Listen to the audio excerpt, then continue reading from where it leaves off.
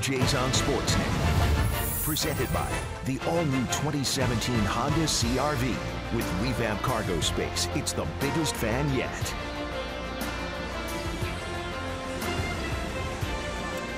Beautiful night in downtown Toronto. Just a touch of fall in there. A little bit cool, but the roof is open. And a nice night for a ball game as the Blue Jays and the Red Sox open up a 3-game series here at Rogers Center. Blue Jays taking the field right on cue. Marcus Stroman is on the mound to open up this series here for the Jays tonight. Having a terrific year. In fact, we got two of the top ERA pitchers in the American League this year. Stroman's at 3.17, Drew Pomeranz at 3.18. This field level action cam is brought to you by the Samsung Galaxy S8. Unbox your phone. Third start of the season for Stroman against the Boston Red Sox, who come to town having lost 4 in a row. John Farrell's team was just swept over the weekend by the Baltimore Orioles. Their lead in the American League East over the New York Yankees is down to 2.5 games. Let's check out the starting lineup for the visitors from Boston right now. And Mookie Betts, an absolute Blue Jay killer this year. 17 RBIs in the first 10 games between these two teams this year. And Xander Bogaerts is hot, getting on base at a 386 clip over his last 14 games. That is the lineup that Marcus Stroman will face tonight. Makes his 27th start of the season, trying to win his career-high 12th game of the season. He'd have a lot better record if he could get some decisions. 8 starts after the All-Star break, just 2-1 with 5 no decisions and a .292 earned run average. He's coming off a no decision versus Tampa Bay in his last start. Gave up 5 earned runs, including 3 home runs to the Rays. First time Marcus has given up 3 home runs in a start since June the 22nd, when Texas hit him up for 3 that day. This is his 3rd start of the season versus the Red Sox. He's 0-1, and the Sox have hit .340 against Marcus this season. When Marcus is on the mound, you get a lot of ground balls. So we're going to highlight Marcus Stroman on defense tonight. Marcus himself has started 6 double plays as a team. The Blue Jays have turned 28 ground ball double plays when Marcus starts. So look for a lot of ground balls, and having Stroman on the mound is like having an extra infielder. He can really make plays, and he's always very accurate, making that throw to second to start the double play. Ready to go here at Rogers Center.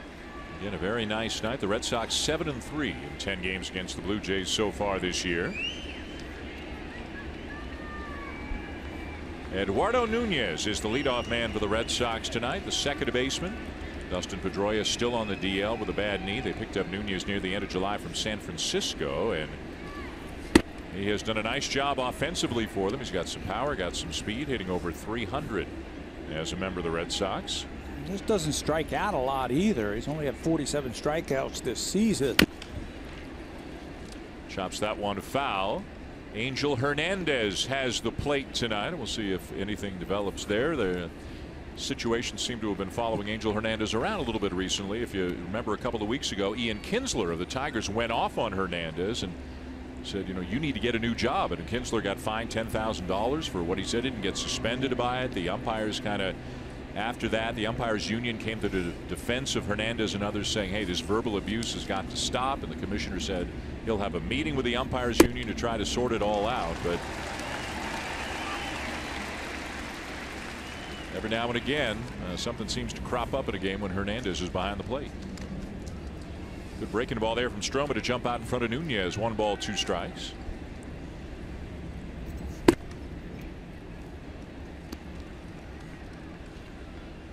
Stroman already talking to himself a little bit, tapping his chest a little bit after that pitch. Always reminding himself to use his core and stay over the mound as much as possible. Line to first, 1 down. Well, that pitch right there is what we're going to have to keep a lookout for tonight with Marcus Stroman. He's got that quick pitch, and I think it surprised Nunez. Just flicks his bat out there after Marcus quick pitched him, and is robbed of a hit right at the Smoak. Stroman 11-6 on the season. We mentioned the ERA of 3.17. That is 4th best in the American League.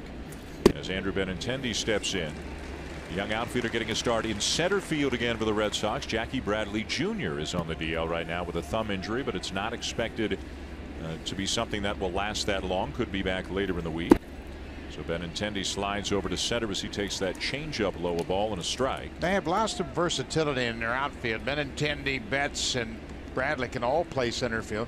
For that matter, Brock Holt could play center field if they had to. They're really blessed with terrific athletes in the outfield. Hesitation there from Stroman, and it's hit sharply, knocked down out at second by Barney. Well, the ball scoots away from him, and Benintendi is aboard. Well, one thing John Farrell said about his young outfielder is, hey, he can play. He can really hit, too. He wasn't bothered at all about that hesitation pitch from Stroman as he stops, starts, and then starts again. Benintendi ropes it. He has been hitting everything in the month of August.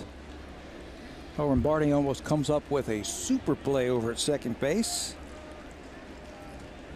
And right away here in the first inning, Marcus takes a look at that hot spot on his finger. Something that we have seen from Stroman in recent starts. Really been battling it off and on to varying degrees over the last month or so, maybe a little bit longer than that. First cropped up in New York on the 3rd of July. Yeah, so almost 2 months. Benintendi at first after that base hit, one out, and here's Mookie Betts. Not as great a season for Betts as he had last year when he was runner-up for American League MVP, finished second behind Mike Trout. Still 18 home runs, 18 steals, 77 driven in, and as far as the Blue Jays are concerned, Betts is every bit as good as he was last year because he has destroyed them this year. This year, 2 years ago, a little bit of everything. David Ortiz was the spotlight last year, and I think the lightning rod for this offense. He's not here anymore. So I think Mookie Betts is feeling a little bit of a pressure to get the numbers back that he had last season and fill the void created by David Ortiz's retirement. And Hanley Ramirez had a better year last year as well, so a little more help up and down the lineup for Betts than this year, where the Red Sox are not a dominant offensive team. They are 6th in the league in runs scored. Saw a shot of Hanley Ramirez there. He is hitting down in the 7 spot as the DH. Not having a vintage Ramirez season. Any of these guys can get hot at any moment. You mentioned Mookie Betts. He has really put it on the Blue Jays this season.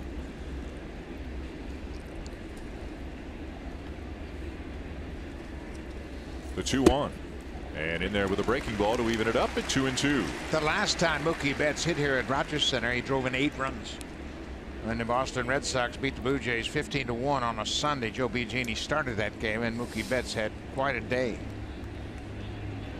Half of his RBIs came in that one game against the Blue Jays. Half of them that he has racked up this season. Hard to believe still 9 games remain between these two teams. The Blue Jays have 32 games left, as do the Red Sox, and 9 of them are between these two teams.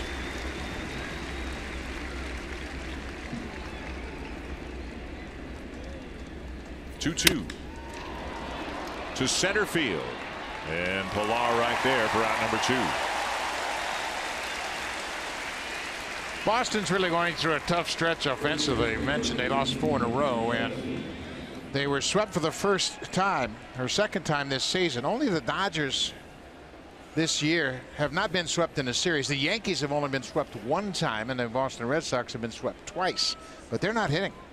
They've been outscored 38-10 in their last 4 games, and it's just unusual. They lost a tough game yesterday, 2-1.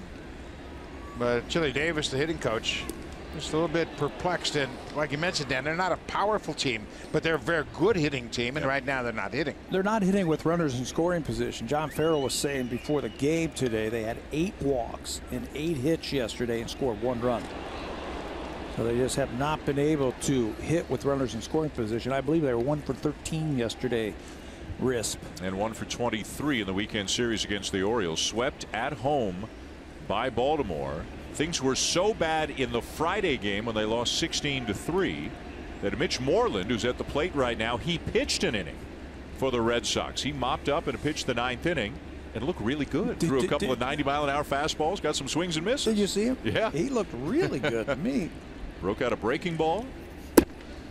I did a regional playoff game, Mississippi State against Clemson. He was the closer. Cool. He was a right fielder, first baseman. He came in and closed in that game, and he threw in the low 90s on a regular basis. So he was right at home when he pitched in that game, and you can bet he really didn't want to pitch. No, that's not true. Every position player wants to pitch, don't they? Well, the situation dictates that you have to, but it's not what you want this time of the year especially. That's exactly right. Not this time of the year. That's talking with one of his two new teammates and a familiar face for Blue Jays fans. Rajai Davis is now a member of the Boston Red Sox. They picked him up after Jackie Bradley Jr. went on the DL. There's a ball lined hard to left field, but there to make the catch is Steve Pearce, and that is the inning. No runs, a base hit, nothing across. Blue Jays coming up when we come back.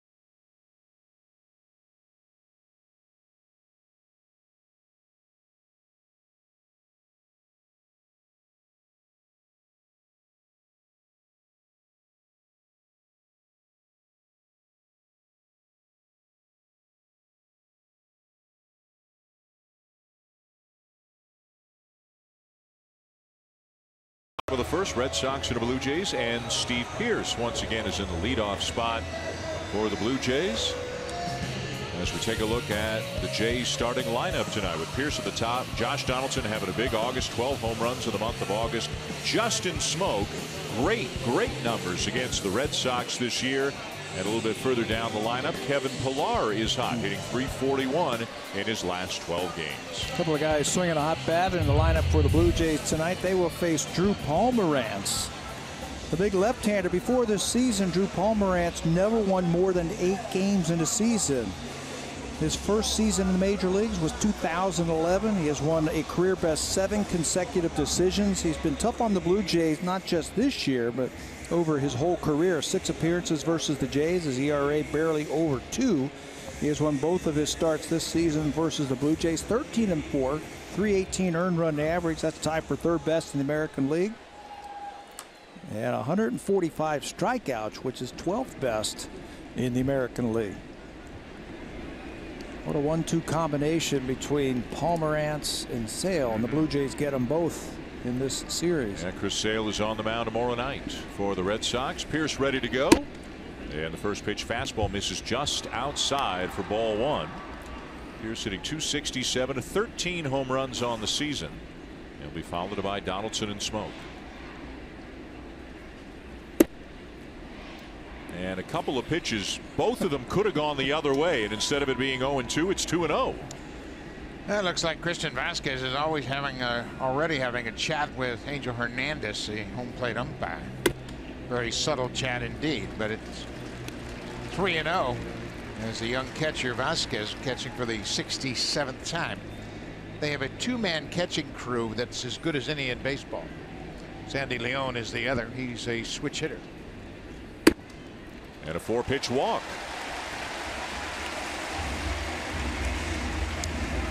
Well, there's no defense for a walk, but Pomeranz's been pretty good this year. The Red Sox have committed 20 errors in the month of August, but they've got a 20-year-old third baseman they're really excited about. Rafael Devers making his 28th start. This is his 4th season in professional baseball. The Red Sox signed him as a 16-year-old. They identified him as a 14-year-old, and he's been a third baseman his entire life. He really has great footwork at third base, and he's really confident and absolutely enjoys playing the game, and he's right at home here in the big leagues. He's played 1 series on artificial surface, so this surface here a little bit different than what he's used to. We'll keep an eye on him today against the tough right-handed batters that the Blue Jays throw up there tonight. One of the youngest players in baseball. The Red Sox hoping he has solved their third base problem.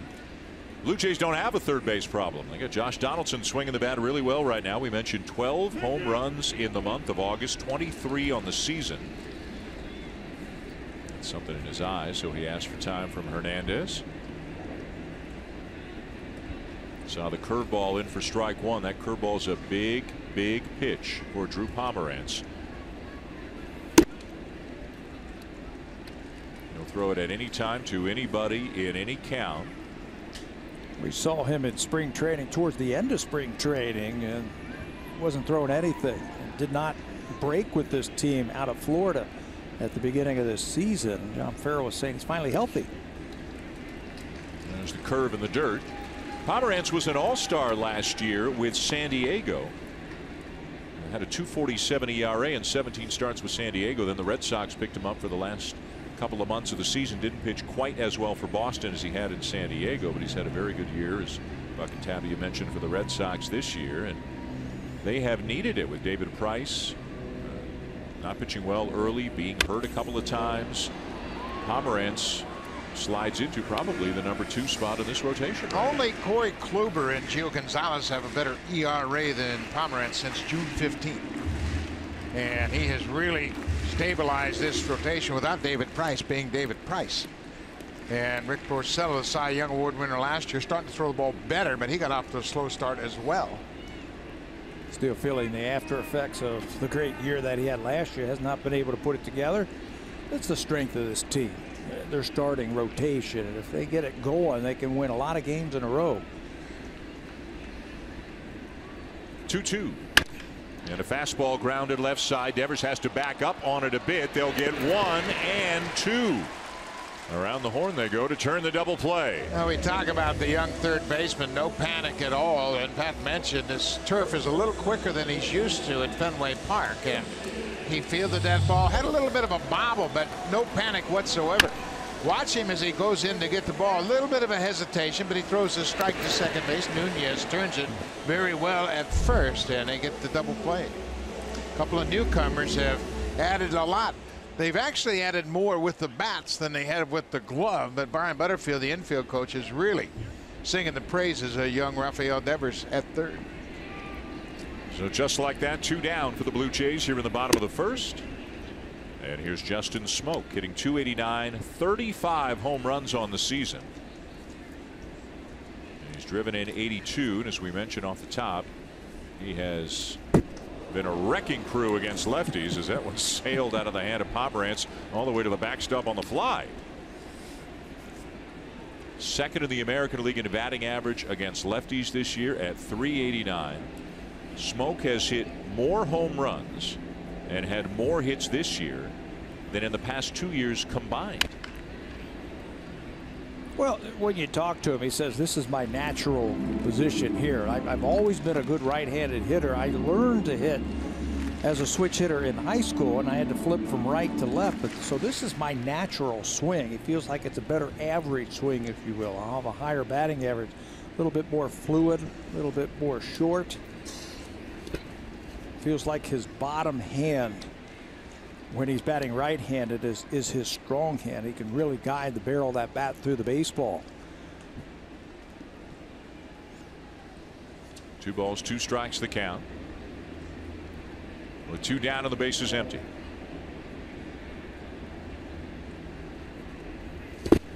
And another curveball bounces it in again. Yeah, and that's what really separates Pomerantz from a lot of lefties, is he's got that good overhand curveball. You just don't see it that often. Bautista will be next if Smoak can reach base, but Pomerantz has the same curveball that Rich Hill has. And Christian Vasquez caught Hill in the minor leagues with Pawtucket. He said their curveballs are very similar. Went to it again and misses low again as he issues another walk. So Smoak aboard with 2 down to bring up the cleanup hitter tonight, right fielder Jose Bautista. 208, 20 home runs on the season. He's driven into more runs against Boston than any other team in his big league career.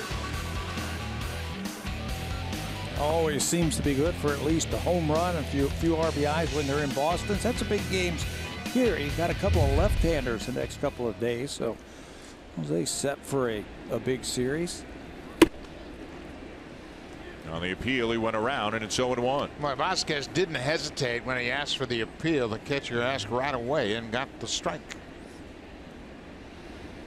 A couple of Blue Jays hitters were saying before the game the fastball of Pomeranz plays up a little bit, that it reads 92, 93, but it feels a little bit harder than that. Curveball lined into right field, crossing up the defense, and this one's getting all the way to the base of the wall.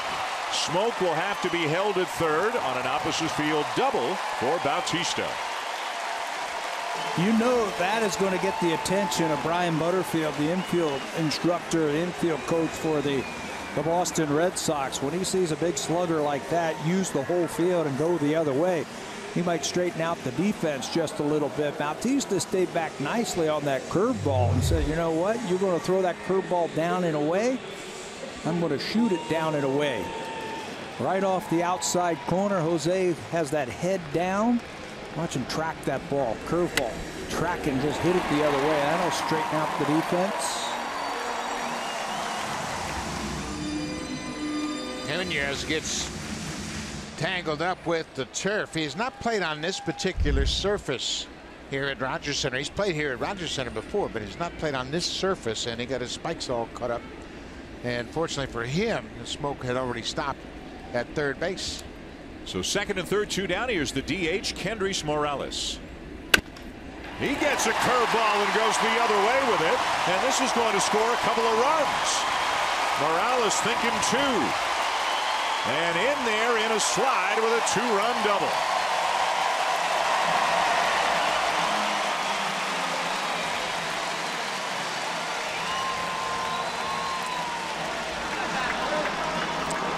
Blue Jay hitters look like they're thinking about taking that pitch the other way. Another curveball from Pomeranz. Exact same pitch and the exact same location that Bautista hit the ball the other way. Morales is going to pick up a couple of RBIs by taking that curveball the other way. I think Pomeranz really exposed his hand when he threw a 3-2 curveball to Smoak.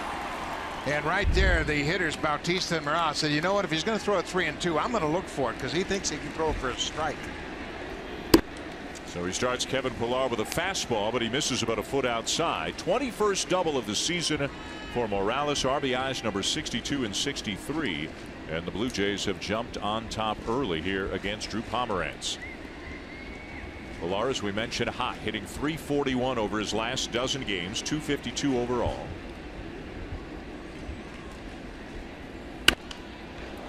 Chases a high fastball, pops it up into foul territory, and it'll be Moreland over near the seats to make the catch, and that will end the inning. But a two-out, two-run double for Kendrys Morales. Got a curveball after Bautista doubled to right on a curve to move Smoak to third. Morales doubled to right to drive both home, and the Blue Jays have the early lead.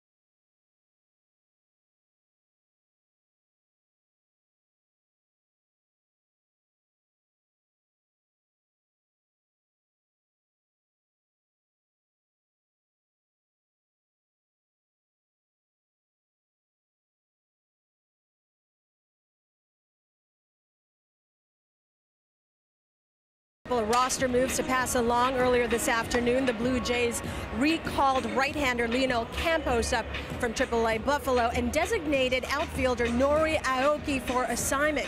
Manager John Gibbons telling me this was not an easy decision. In fact, he told me it really came down to they needed some bullpen arms. Quote, we're kind of beat up down there.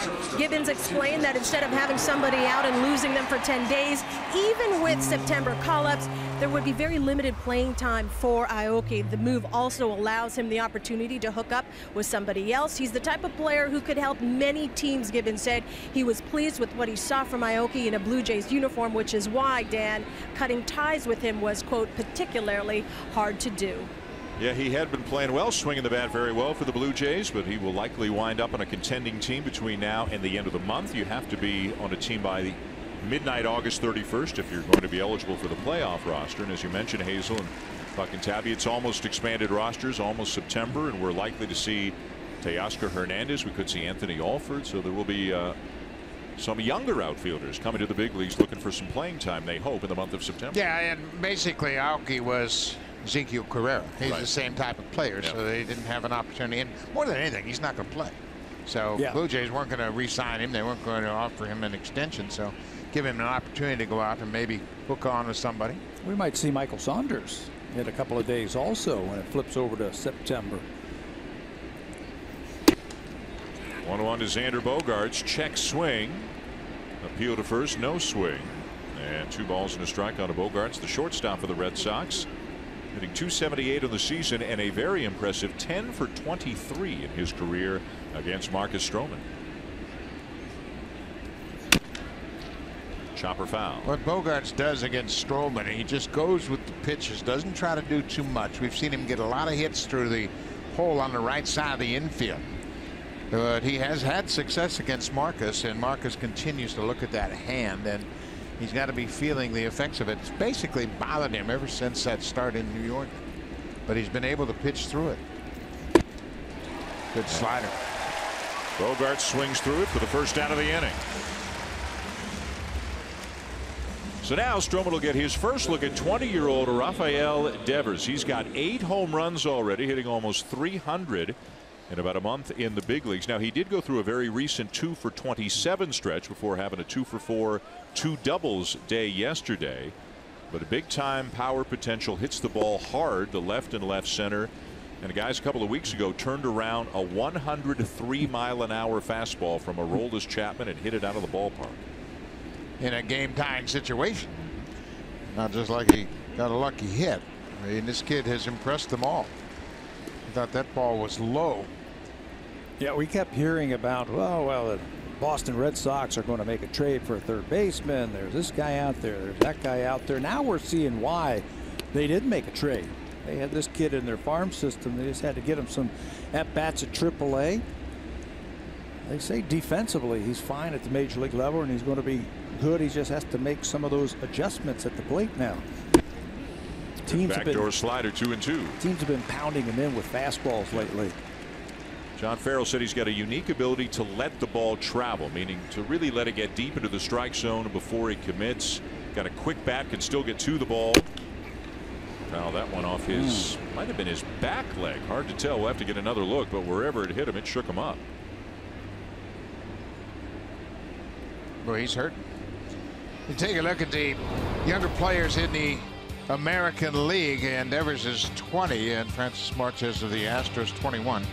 Nomar Mazara seems like he's a lot older than 22. We've seen him for a couple of years, and of course Roberto Osuna is 22 as well. Same thing with Roberto. Been around for a long time, 3 years now. Mazara. These are some of the better players. The hitters that are coming around, breaking ball down and in. That's where you want to get that ball, underneath that bat. Devers gets it right off the right ankle. Now Devers, he certainly felt the impact of that, but he appears to be okay now, and he'll get back into the box. Count remains 2-2. 2-0 Blue Jays in the second, and Stroman misses just inside. Looked like Hernandez was starting to think about raising that right arm, but decided it just missed. Good pace by Stroman here, 3-2, and fouled off. I think Devers has a unique advantage over many of the younger players around because he plays winter ball. And he's from the Dominican. He plays for Escogido. He has played 2 winters with the Escogido team, and he's playing with big leaguers and playing in a very intense atmosphere. I think that gives him an advantage.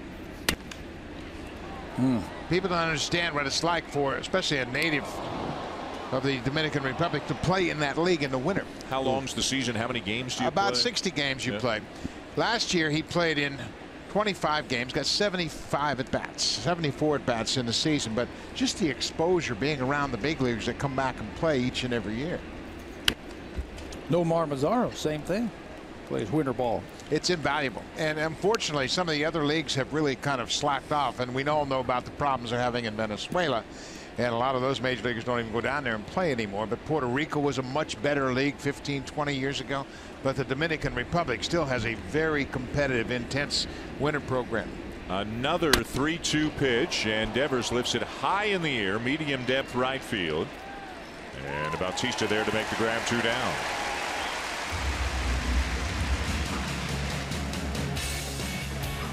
Hit a home run with any project this season. Home Hardware, proud sponsor of the Toronto Blue Jays.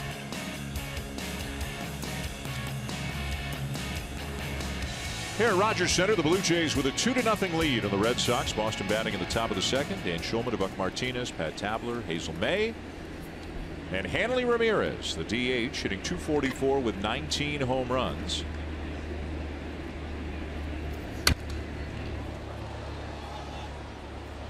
I think Ramirez's problem is reflected on that first swing right there. He's trying to make everything up in 1 or 2 swings and hit home runs and have a big impact. He's not had a typical Ramirez year. This guy has won batting titles. He's driven in 100 runs in the past, and he's hitting 7th. And you imagine how his ego has taken a hit. You got Rafael Devers hitting 6th ahead of him in this lineup.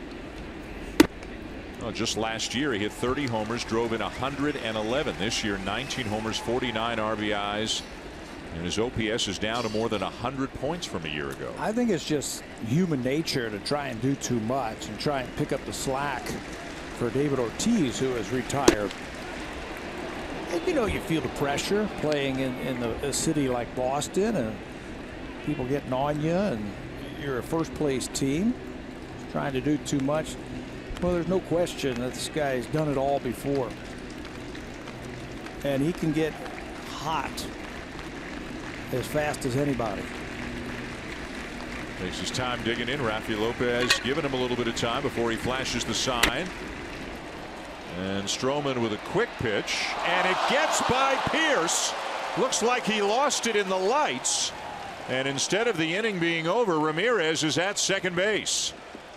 And again, the way he's gesturing to Pilar, he lost that ball. Yeah, you can see he lost that ball on its way down. Those low liners to the corners here in this ballpark, tough, because the bank of lights is a long bank of lights, and it seems like it never gets out. First of all, the quick pitch. Stroman quick pitches him. He lines it into the outfield, and Pierce never saw it. Just threw his glove out there hoping that the ball's going to get in. You're just praying that that thing goes in there. He says, hey, I can't see it. That'll be such a helpless feeling for an outfielder. Pierce is charged with an error on the play. A 2-base error. Ramirez at second, 2 down, and here's the catcher, Christian Vasquez. Well, that's not an error. I'm sorry, but he didn't see it. And you know what? If it was lost in the sun, it wouldn't be an error. And it was lost in the lights.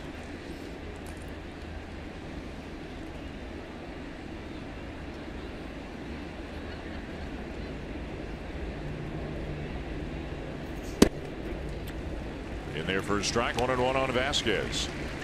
We mentioned Vasquez and Leon. They basically split the entire rotation. They have the pitchers that they will catch, and they have done a terrific job. Vasquez a couple of years ago had Tommy John surgery, and he's come all the way back. His bat is coming around too. He is looking dangerous at the plate. Vasquez catches Rodriguez, Pomerantz, and Price. And Leon catches Sale, Porcello, and Pfister. Of course, Price is on the DL right now. So they have their catchers that they throw to, and it's worked out very well for them. Doug Fister doing a nice job since the Red Sox picked him up. Swing and a miss. Another good slider there from Stroman. Well, Dave Dombrowski, the president of baseball operations, picked him up when they were both in Detroit. He came from Seattle to Detroit, went 8-1 down the stretch, and pitched very well for Dombrowski while they were with the Tigers. So he's reacquired him, and he's responding in a like fashion. Blue Jays won't see him. As mentioned, Sale tomorrow night. Rick Porcello Wednesday night. 2 balls, 2 strikes on Vasquez. And just got a piece of it off the end of the bat. Things a little bit tense right now in Boston. In baseball terms, Boston's a fishbowl, kind of like Toronto is in hockey terms. And with the Red Sox losing 4 in a row, Dave Dombrowski's team, and he never looks stressed, but Dave Dombrowski's team, they're only 2.5 ahead of the Yankees right now. The Yankees are trailing early, 1-0 to Cleveland tonight, but Boston's lead has shrunk in recent days. This ball's lined into right field, a base hit on a hop to Bautista, and Ramirez will not try to score. He'll stop at third on the single by Vasquez. The ball was hit right to Bautista, and Brian Butterfield, the third base coach, threw up the stop sign right away. It was hit on one hop. Jose charged it very well and got a nice hop on it, and he was locked and loaded to make a good throw to the plate, but they weren't going to chance it with Ramirez. They stop him at third. This was a couple of pitches ago for Marcus. You can see he might be feeling the effects of something on that finger or that hand when he throws that sinker, and he's got one of the best sinkers in all of baseball. That's what he generally feels, at that last finger feels it as it goes towards home plate. And having to throw some extra pitches here this inning after that ball was lost in the lights, extending the inning. Here's the number 9 hitter, Brock Holt, playing left field tonight. Holt, a really good utility guy. He's in left because Benintendi's in center because Bradley's on the DL. Not been a vintage year for Holt, who's missed some time with a concussion and vertigo, a lot of time earlier this year. Yeah, he doesn't have hardly, he doesn't even have 100 at bats. Yep. But he is a tough out. He sees a lot of pitches every time he comes to the plate, works that count, sprays the ball around the outfield, not too deep on Holt. Stroman behind 2-0. There's a strike. It's got to be very difficult, and I applaud Marcus for being able to pitch through this problem with his finger. But when you know you can't throw a particular pitch normally, it's got to play on your mind. He's always trying to think, okay, what can I throw here that's not going to create problems for me? But he hasn't given in to it. He hasn't said much about it. He wants to keep it private. But as a player, when you don't have your full complements of weapons, it's really kind of an unfair fight, but he's pitched through it. He had a game in Cleveland that we did. That was back in July. Pitched into the 8th inning on guts. 2-2. And taken low, a full count. Runner going down to second, and the throw sails into center, and a run will come in to score. The Red Sox have not been swinging the bats well, so they're going to do some unusual things, and they start the catcher at first, and with that, Ramirez comes in to score. It was a delayed double steal, if you will. Watch Vasquez take a couple of hops and then take off. That's a delay steal, trying to draw that throw. The infielder's not in position as the ball sails into center field. Goins was there, but the ball sailed into center field. And that will score them a run and cut that deficit in half. Full count on Holt. Back to the mound. Stroman has it, and the flip to first to end the inning. But a couple of errors lead to a Red Sox run. 2-1 going to the bottom of the second.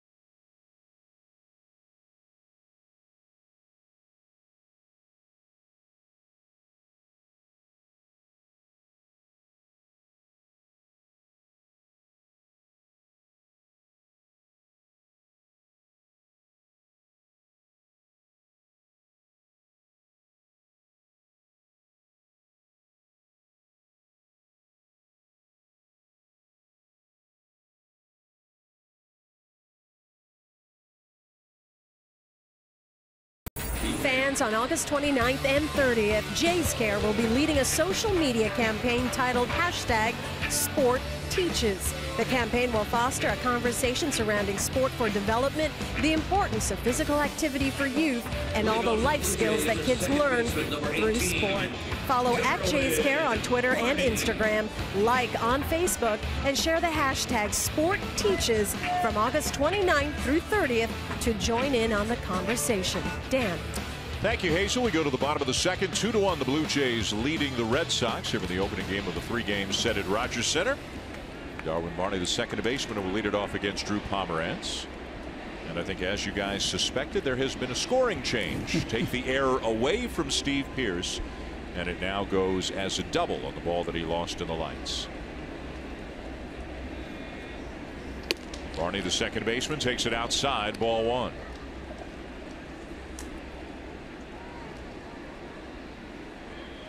After Barney, it'll be Ryan Goins and then Rafi Lopez, the catcher, as Barney takes a little bit outside again. 2-0. So Ramirez comes in to score on the air by the catcher. Yes. That allowed him to come home when Vasquez stole second. Boy, that's a big cut there from Barney, and it's 2 balls and a strike.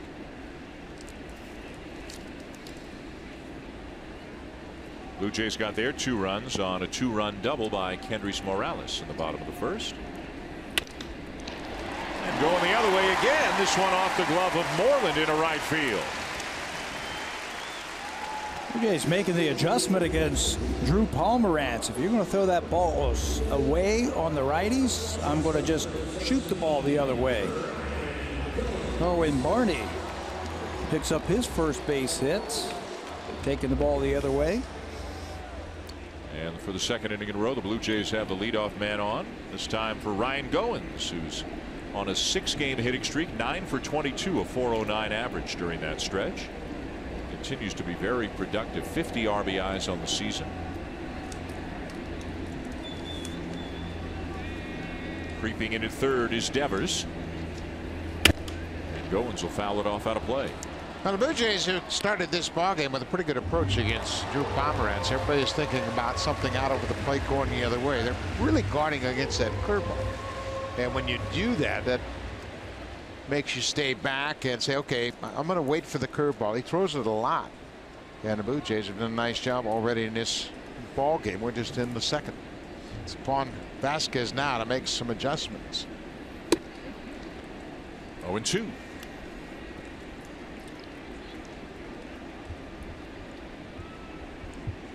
The major league average against the breaking ball is .219. Teams are hitting .265 against Pomerantz's breaking ball, so it's almost like they're up there looking for it right now. And he's got other weapons at his disposal. Yeah, he throws hard enough that if you're looking for the breaking ball, you're going to be late on a fastball if he can hit it in his spots, if he can deliver where Vasquez calls for it.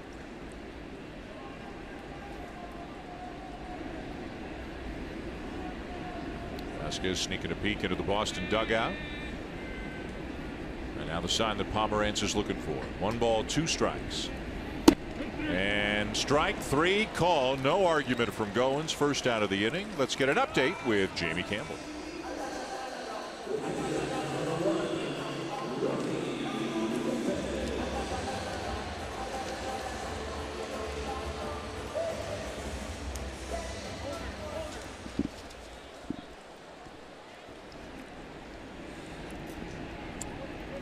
And Baltimore enters play, guys, right at 500, 65 and 65, and that's got them 2 games out, just 2 games back of the second wild card spot. Of course, Minnesota, the team the Blue Jays just saw, they're in possession of the second wild card spot. The Angels and Mariners a game and a half back, and the Orioles just 2 back.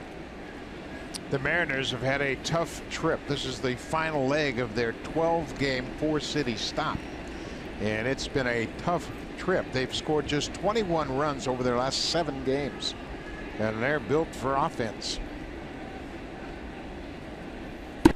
I think they travel more miles than any other team every season, right? Just because of where they're located. Very much so. There's the wild card And you see the Seattle Mariners, game and a half back. They haven't scored many runs lately.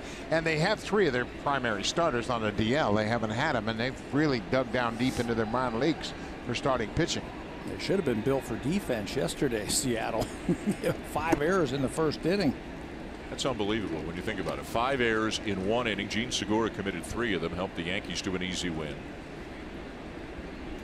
At that point, the Yankees are thinking hit it to the shortstop. Or force him to throw. Didn't he have a throwing error in there also? A couple of drops, and overthrown on a relay. He just had a rough inning. 2-1 the count on Lopez. This is his 9th start as he takes a very close pitch, and now Vasquez and Pomerantz visibly frustrated again with Angel Hernandez. Appeal down to third, and now they'll say it's a swing, so they'll get the call that way. Didn't get it the way they originally wanted it. The board says 3-1, but it is 2-2 on Lopez after that delayed appeal, if you will.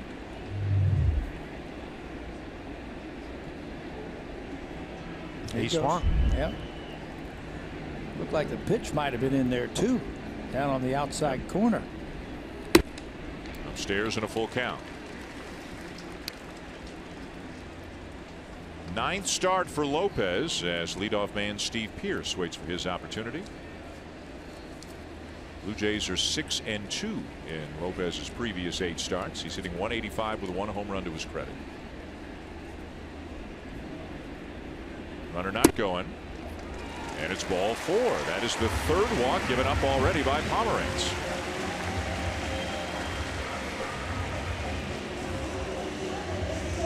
Last time out, he walked 4 in 5 1/3 innings. No defense for that.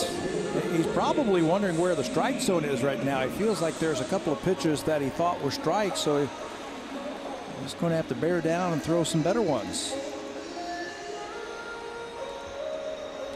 So 2 men on, only 1 out for the Blue Jays here in the bottom of the 2nd, and back to the top of the order for Pearce, who walked back in the 1st, then was erased on a double play ball.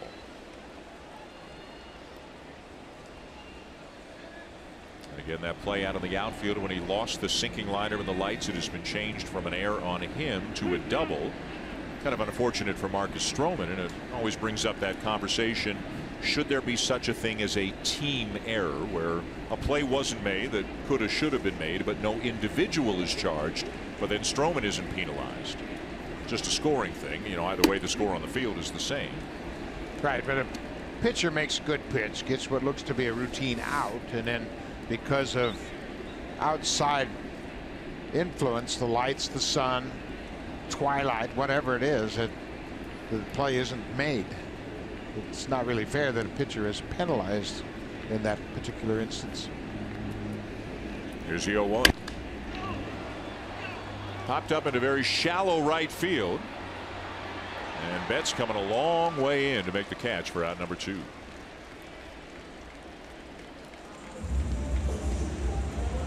Betts as good as it gets out of the outfield. Gold Glover last year, and when Jackie Bradley Jr. is healthy in center and Benintendi's in left, I think the range they have in the outfield probably the best in baseball. Yeah, it's pretty good, and they have 3 center fielders, as we mentioned, and especially playing in Fenway Park. Left field is a very short left field, obviously, so Benintendi can really play shallow. And then with Bradley in center and Betts in right, you've got 2 center fielders that can really cover a lot of ground. They have really missed Jackie Bradley Jr. Not only his defense, but his bat as well. They have not really scored a lot of runs since he's been out of the lineup. It's close. They think he's going to come back this weekend. He had another good day down in the cage today, being able to swing the bat. He's had a thumb problem, a sprained thumb. On a slide at home plate, right? Mm-hmm. As Donaldson takes low ball 1. John Farrell was talking to us before the game about this play. And remember, with the rules at home plate, guys are trying to slide around. You can see how awkward that was as he tried to get around the catcher and had his thumb kind of bend underneath his hand as he reached for the plate. Yeah, the intent of the rule was to protect catchers, but the reality is we're having more runners hurt at home plate now than ever.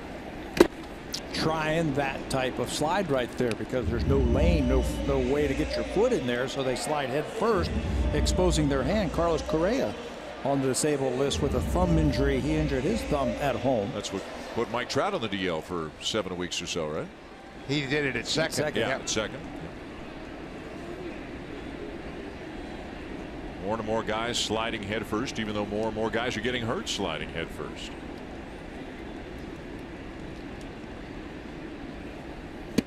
Curveball down and in, ball 2. It's going to be interesting to see if Donaldson's looking for that curveball in this at bat.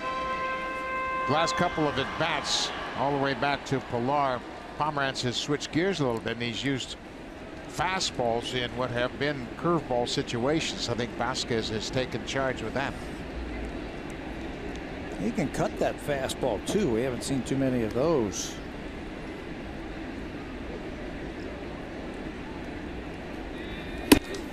Big swing and a miss, 2-2. So now he's starting to use the fastball a little bit more effective after he saw the Blue Jays in that first inning. Way back on the curveball, hit it to right, and cashed in a couple of runs. It's all about adjustments. You cannot go into a game and pitch to the scouting report without paying attention to what the hitters are doing in a given night. You can look at your scouting reports and say, hey, these guys can't hit the curveball. Well, what if your curveball isn't very good that day? Got to be able to make those adjustments. Got him swinging to end the inning. The Blue Jays will leave a couple of men on. We're at the end of 2 at Rogers Center after Pomerantz picks up a big strikeout of Josh Donaldson. End of 2, and the Blue Jays lead 2-1.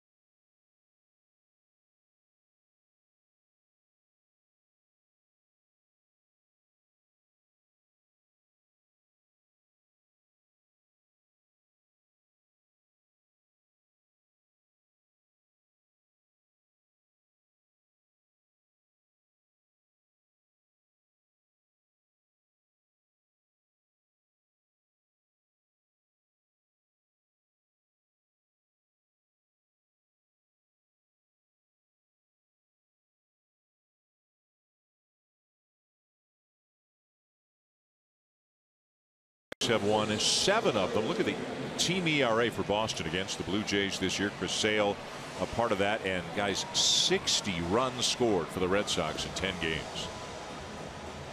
Well, the Boston Red Sox have a very good offense, and it doesn't have to hit home runs to score runs. You see, they've hit 8 home runs compared to the Blue Jays 10 home runs, and they've really played well here at Rogers Center. They're 5-1 here at Rogers Center, and their pitchers have been terrific pitching in this ballpark. They have an ERA under 2 while pitching here. Red Sox have outscored the Blue Jays here in the 6th game here at Rogers Center. Buck just told you the record, 1-5. They've outscored the Blue Jays 41-17 here at Rogers Center. So a big task tonight, monumental task for Marcus Stroman to slow down this team here in this building.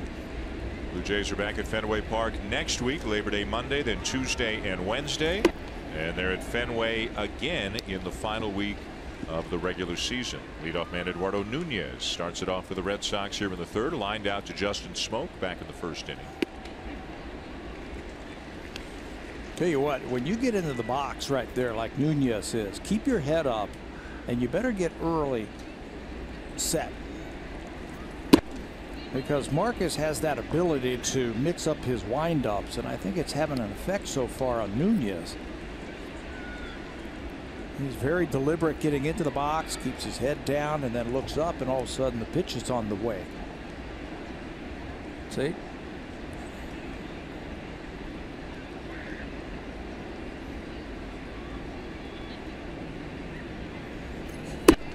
Stroman slows it down a little bit on that pitch, misses down and away, ball 3. Yeah, he mixes it up almost on every pitch, and he's got such great body control that he can do that and still deliver an effective pitch. Hit hard to left field. Pierce back, turns, and it is gone. Nunez, with his 7th home run in a Red Sox uniform, has tied the game at 2. What a pickup for the Boston Red Sox when they went out and got Nunez. We were talking earlier that the reason they went out and got him was to play third base. But then Devers came up, took that. Dustin Pedroia got hurt, and he shifted over to second base. They put him at the top of the lineup, and he has been a dynamite performer at the top of the lineup. The Super Slow-Mo, brought to you by the Samsung QLED, the next innovation in TV. That was a 93-mile-an-hour fastball that he turned around. So tied at 2, and here's Andrew Benintendi. Nunez began his career with the New York Yankees back in 2010, and a long-time Yankee advisor, Stump Merrill, gave a scouting report to some of the Boston coaches. And the Stump Merrill suggestion was Nunez hasn't seen a fastball he can't hit. And that last fastball was 93, and he hit it over the wall in left, his 11th home run of the season. And when Dustin Pedroia comes back, assuming he can come back and be himself, they might want to spot him at a DH every now and again to give him a partial day off. But Nunez, because he can play different positions, Pedroia can get a day off, Devers can get a day off, Hanley can get a day off. Nunez can even play the outfield if they need him out there. And another reason why they got him was they can spell him at shortstop. He was playing shortstop for the Minnesota Twins. He played shortstop for the New York Yankees. Buck, like you were saying, he came up through their organization.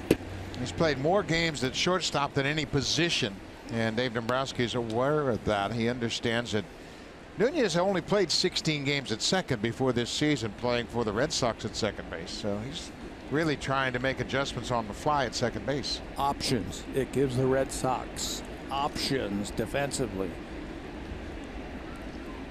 1-1 the count on Betts. There's a changeup from Marcus Stroman in there for his strike, a pitch that, especially when Rafi Lopez has been catching on him, they've been looking to introduce into the arsenal a little bit more. Yeah, the Red Sox are a very good hitting team, obviously, but they like to see a lot of pitches the first time through. So that's when you can try and get ahead of them with fastballs, but they make adjustments as the game goes along. So you have to start introducing something different. You can't pitch them the same way every time. So maybe the changeup becomes an important pitch tonight. Slider down and away.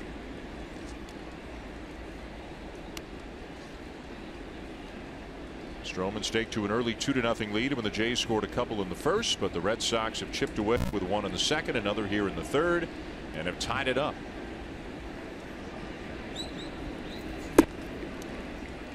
Betts looks it over, takes it down and away, full count. Such a Mitch Moreland on deck. Such a patient group here. Mookie Betts has 63 strikeouts and 61 walks this season. Ground ball to third to a knee, Donaldson, and a lot on the throw to get him by a step.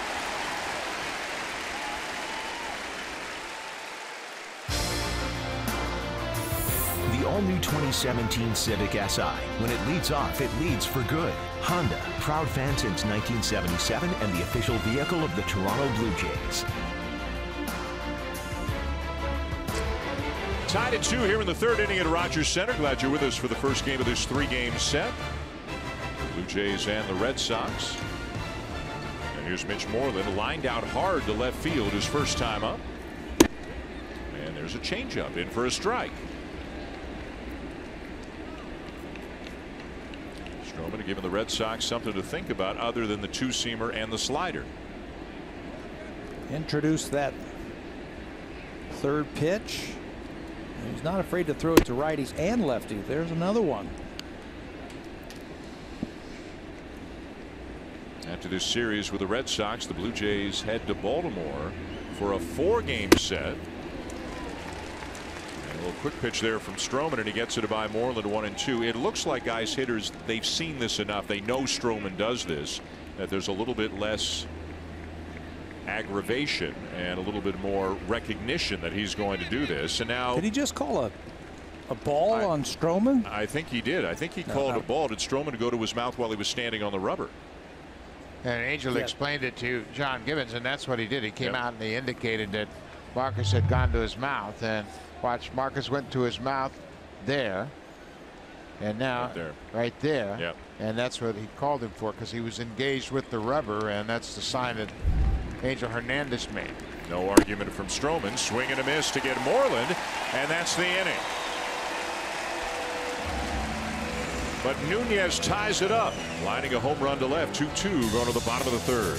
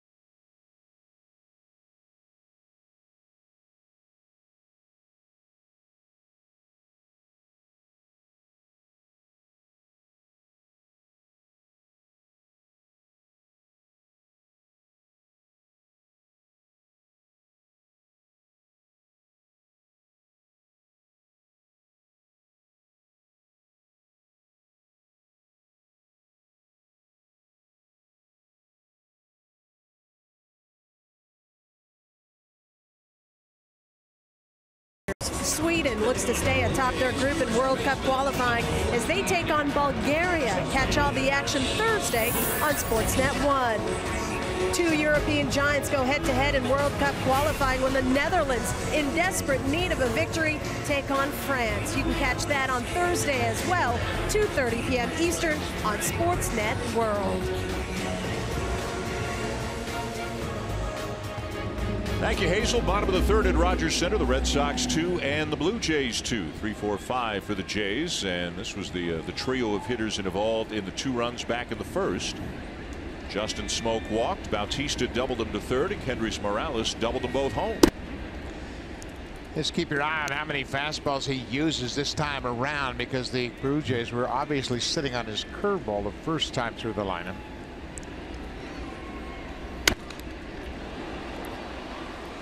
Popped up right near the plate, and Vasquez makes the play, 1 down.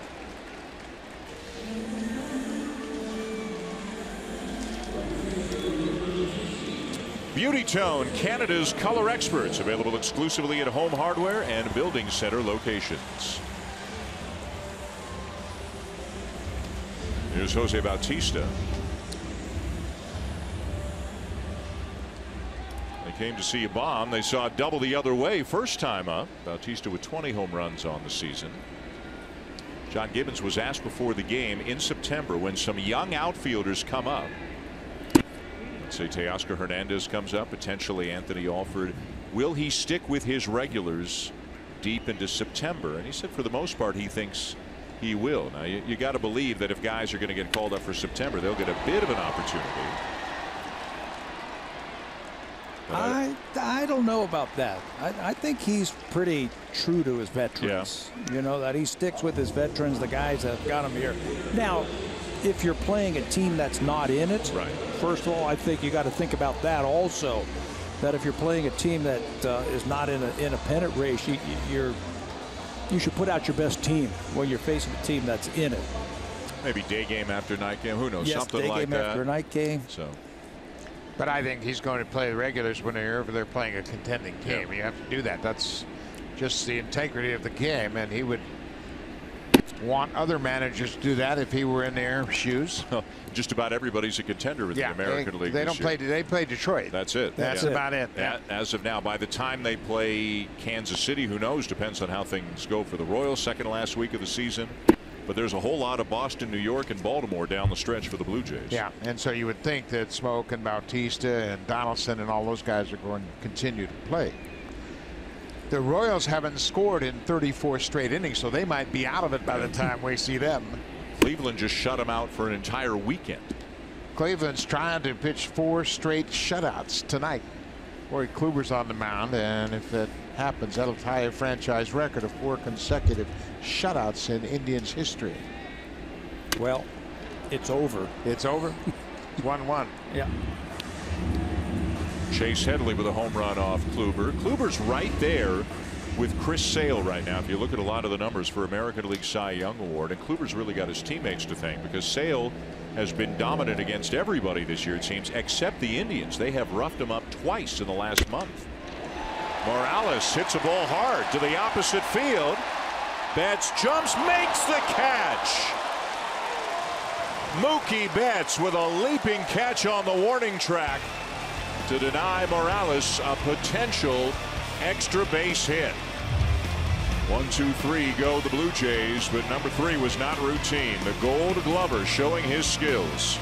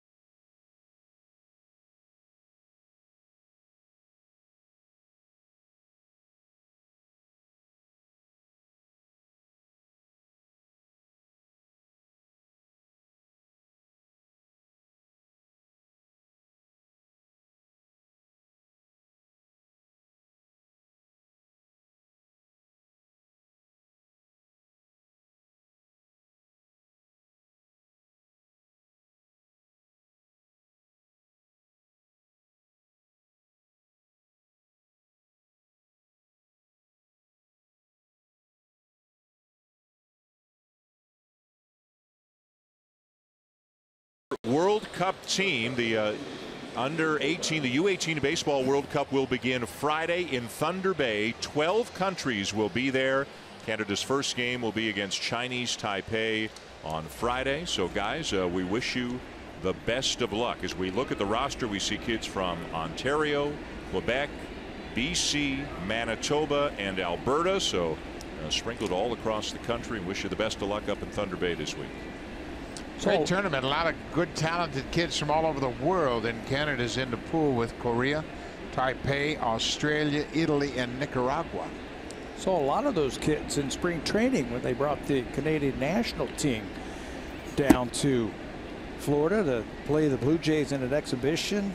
Clayton Keys, I remember Clayton. He's on this team, at least on the roster that we have. He was a draft pick, and Landon Leach. They both played against the Blue Jays. They look like big leaguers. Yeah, it's a great tournament, a lot of talent, and there have been a lot of former major leaguers playing this under 18 World Tournament. Look at the size of some of these kids they've got. Canada's got Ben Abram from Georgetown, Ontario, 6'8", 235. He's a pitcher. They got some 6'5" guys as well. Jack DeCooman from North Vancouver, Cade Smith from Abbotsford, BC, a couple of 6'4" guys. It's a big group.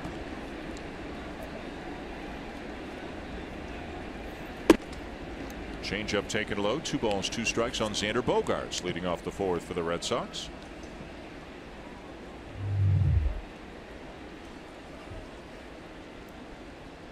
Juggled, juggled, juggled. Hot potato. How did it wind up, guys? Bogart strikes out for the first out. Second time that Marcus Stroman has gotten Xander Bogaerts tonight, both of them with that sharp slider down and away. That has always been a great go-to pitch for Marcus. Well, Bogaerts came into this game with a .435 average against Marcus, and Marcus has struck him out twice on the sliders. Here's Devers. Hit a fly ball to right field his first time up. Energy. That's a PB&J. You got to have that. Yeah. Pedroia's go, what are you doing, man? We're trying to play baseball. He said, hey, I'm a young guy. I need my energy. I burn up a lot of energy running into walls, you know. Can't go wrong with a PB&J. That's his secret, huh? All right. No protein. Lined hard to center field. Pilar, 2 down.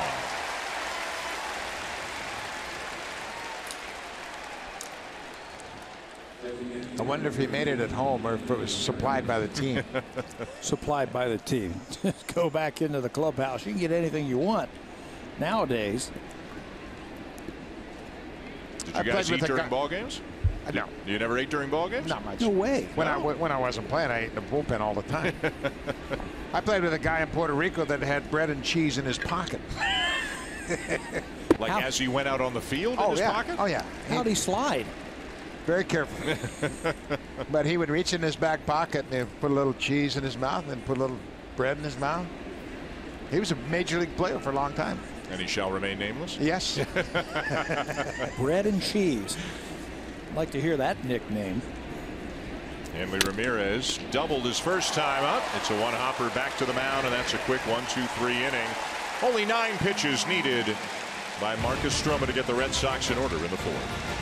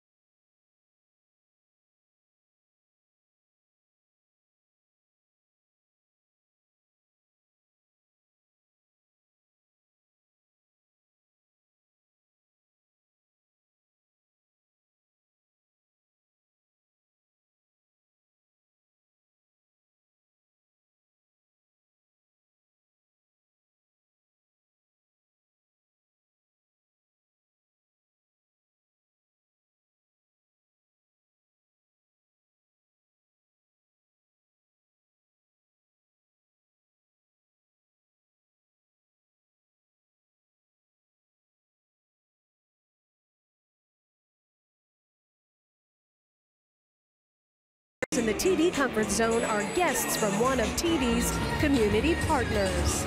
And check out WestJet's low fares from Canada to London Gatwick at westjet.com or call your travel agent. Dan. Thank you, Hazel. On to the bottom of the 4th at Rogers Center. Blue Jays and the Red Sox in a 2-2 tie. Crowd having a good time tonight. Beautiful night. Roof open. Nice cool temperatures, a little bit of a breeze. Blue Jays with the early lead on the 2-run double by Kendrys Morales. The Red Sox coming back to tie it. Eduardo Nunez with a home run for Boston. And here's Kevin Pilar, who looks at a first pitch strike. Kevin was saying today that he's not trying to think too much right now. I told him, hey, man, you look like you're swinging the bat really well. He says, I'm not trying to think. I'm just trying to react, see the ball, and just let it go.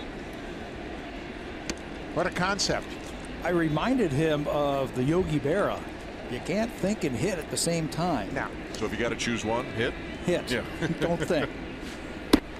There's a longtime coach, Rocky Bridges, who coached forever, and he had a simple hitting philosophy, and he passed it on forever. See ball, swing bat, hit ball, run like hell. It's pretty simple. I wish it was that simple. It is that simple. What's Pete Rose always said about the toughest thing about hitting? Get a good pitch to hit. Get a good pitch to hit. So you go up there and you watch the pitch and you say, that's not a good one. That's not a, okay, that's a good one. Then you hit it. Remember that scene from Bull Durham where Crash Davis, Kevin Costner, steps out and he's talking to himself? Thinking about Annie, yeah, clear your head. Yeah, clear your head. See, there you go. Yeah. Pilar not overthinking it, lines it into the left field corner and on his way to second base with a leadoff double. Been looking very good at the plate. Hitting the ball all over the place. It looked like Drew Palmer tried to slip one by him like a cutter, and Kevin was quick.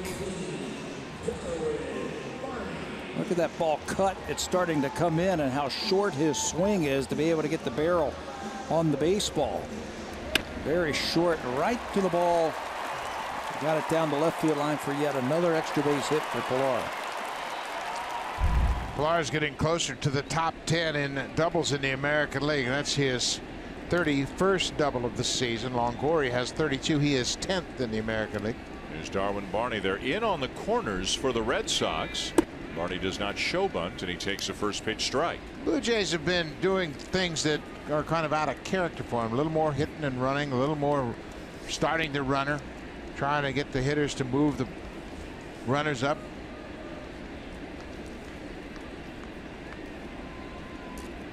This is not a situation where you want Barney to sacrifice himself, because Goins and Lopez, two lefties, are behind him. Now Devers backs up. Now Barney shows bunt, pulls the bat back and takes it high. So Devers was in on the first pitch. Barney didn't show. He backed up on the second. He did square. And we'll see how the Blue Jays play it here with a 1-1 count. Take it off and let him swing. You're going to need more than one run, I think. This is a Red Sox team that can score some runs. You need more than just one. If you play for one, you usually get just one. Into right field, a base hit. Pilar had to wait and see that it would go over the head of Nunez, so he'll stop at third. But the Blue Jays with something brewing. Yeah, I think that bunt was just Barney saying, you know what, I want to put this in your mind, and he got himself a fastball. So Darwin is 2 for 2. Line drive to right field. You're at second base. You got to freeze. And there's Betts on that ball on one hop. He's not going to score. I don't care who the runner is. So the Blue Jays are playing for the big inning. First and third, nobody out, and the Blue Jays have a guy at the plate who has done a really nice job with the runners in scoring position on the season. We've talked about Ryan Goins' ability to drive in runs this year. He's got 50 RBIs on the season. He's hitting .333 on the year with the runners in scoring position. And those numbers are going to go up. Pilar in to score. Stopping at second. Barney and the Blue Jays have the lead. Now you talk about a hitter making adjustments. Ryan Goins was called out on strikes as he took a fastball. So he goes up in his next at bat with Pilar at third and says, I'm not letting the fastball go by. And he jumps all over this first pitch fastball from Pomeranz and drills it right back up the middle. I hope he swings at that one. That's a belt-high fastball. With the runner at third base, he says, I'm just trying to hit the ball back through the middle. There's a lot of hits right back through the middle, and he takes advantage of that hole. And another RBI with a runner in scoring position for Ryan Goins. And the Blue Jays have the lead again, 3-2, bottom of the fourth, against a guy in Pomeranz who comes into the game tonight pitching extremely well. But he gives up the double to Pilar, the single to Barney, now the RBI single to Goins. John Farrow and Carl Willis, the pitching coach, looking at the charts as to whether or not Lopez will bunt. More than likely, he's going to try to bunt here. And you've got to try to bunt it to the third baseman. Pull him away from that bag. Yeah, make that third baseman field that ball if you're going to bunt. They're crashing hard. Popped it up. And that'll be out number one.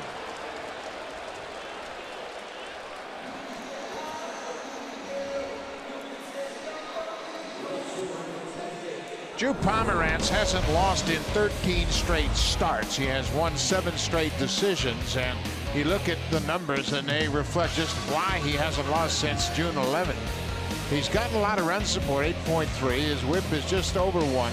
Opponent's hitting 236 against him, and he's got a nice ERA. He is trying to take that stretch to one more game, 14 straight games. The 13 straight is the longest stretch for a Red Sox lefty since Mel Parnell had a 14-game streak without a loss back in 1950. Top of the order, Steve Pearce. A walk and a fly ball as he looks at a curve in for a strike. Do you think he could have let that bunt drop? I mean, there was no infield fly or anything like that. He could have let that drop and got a triple play. Yeah, everything would have been in play then, but I think he was so conscious of getting it out. He'd given up 3 straight hits, and he had a chance to get it out. He was going to take it.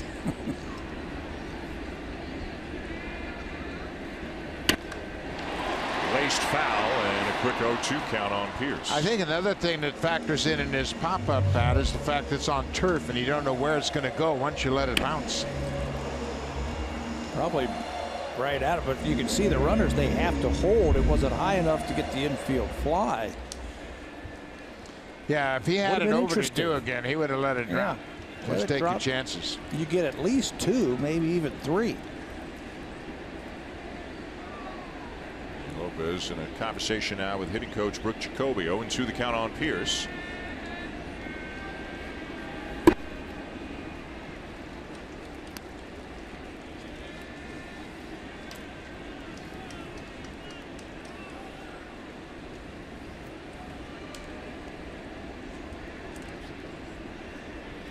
Pearce said before the game, not doing anything different in the leadoff spot. Not really used to hitting up there. Blue Jays want to have a look at him for a little while in the leadoff spot, see how it works out for them, but he's not changing much. Boy, Pomeranz, we told you he'll throw a lot of curveballs, and he's living up to that reputation here tonight. It hasn't done him very good tonight. He hasn't been able to get many outs with it. Blue Jays have been all over it. Trying to cut the ball. He's got to get the ball down. When he throws that fastball, he's been messing with it. He's been messing with it up.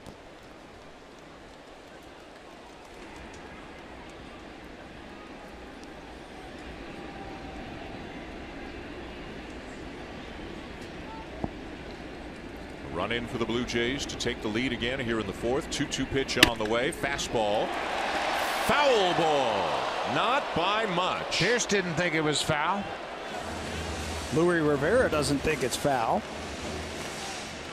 It is not a reviewable play. The only time you can check a fair foul in that kind of a situation is if the ball bounces beyond the base umpire.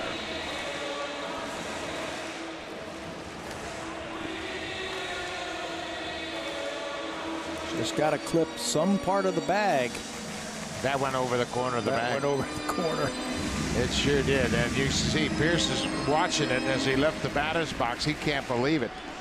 But it looked like it hit beyond the bag just as it crossed that front corner. But it's academic now.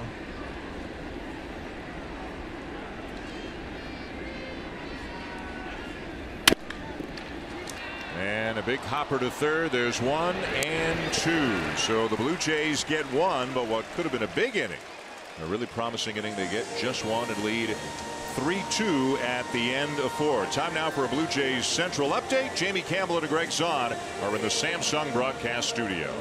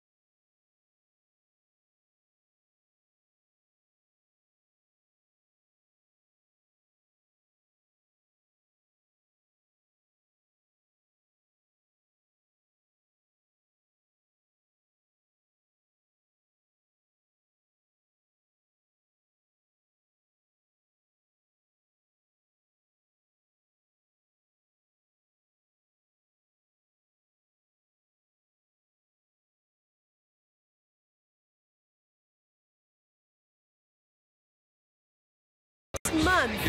The Tigers are first up from September 8th to the 10th, followed by the Orioles. Then it's the Kansas City Royals from the 19th to the 21st. And then the month ends with the New York Yankees from the 22nd to the 24th. For tickets, as always, visit BlueJays.com.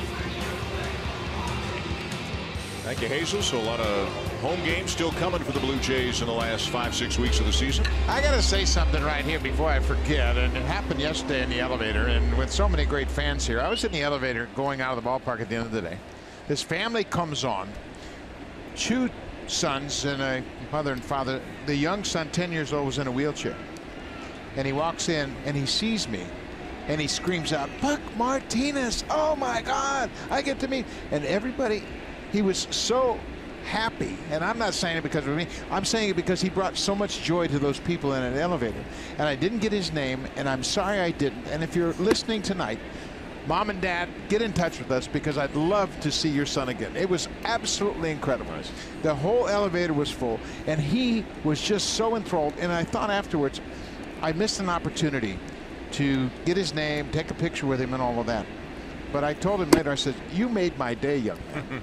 You really did. And it makes it just a reminder how many people can't get to the ball game and how many people sit at home and watch the ball game and they feel like they know us. But that young man, he made my day. He made my year. He was just awesome and a terrific baseball fan. We get a chance to see that every day, don't we? Every day. At the ballpark, the guys, the kids who come down, the adults that come down, they love the Blue Jays, and they love being at the ballpark. Yep.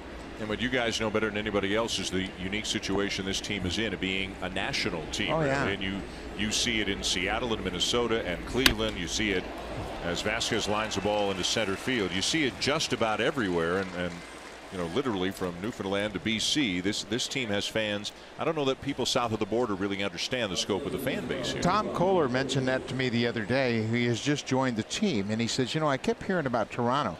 So we got Dustin McGowan down there, and he says, "You know, Toronto's incredible. You're not going to believe it, Toronto. You know, you hear bad things about, oh, it's Canada. They don't know about me." Tom Kohler says, "I've heard nothing but great things about this place." And then when I got here, every player on the team told me, "You're going to love Toronto." And it's a pretty special place to play. And this kid just reminded me how fortunate we all are to be involved across Canada. It's pretty special. We were in Chicago, what, a week ago? Yeah. Is that a week ago already? With the Cubs. With the Cubs last. Man, what an experience. It was crazy. Yeah. Not about going to Wrigley Field. That was pretty special. But the infusion of all the Blue Jay fans and the Canadians down there, and what a wonderful experience it was at the ballpark. Them trying to out-cheer the Cub fans. And you know about Cub fans. They don't get out-cheered or outnumbered. I'm not saying they were outnumbered, but there were a lot of Blue Jays fans. They got out-cheered. They were out-cheered. Yeah. Let's go Blue Jays on the reigning World Series champs field. 1-1 the count on Brock Holt. I don't think there's any scene anywhere in baseball that compares with a Blue Jay game at Seattle. That's no disrespect to Seattle, not at all. But I don't think there's any ballpark where the visiting fans take over to the extent that it happens out there. No, I don't think so. And even the Dodger Giants, when they were in their heyday, the Cardinals and Cubs, when they were in their heyday, Boston and Red Sox. But it's not as impassioned as it is when the Canadian fans come down to Seattle to root for the Blue Jays, because first of all, they don't get to do it but maybe once a year, and once a year it'll be on a weekend, maybe. Yep. Could be 2. And it is. Let's check in with Jamie Campbell.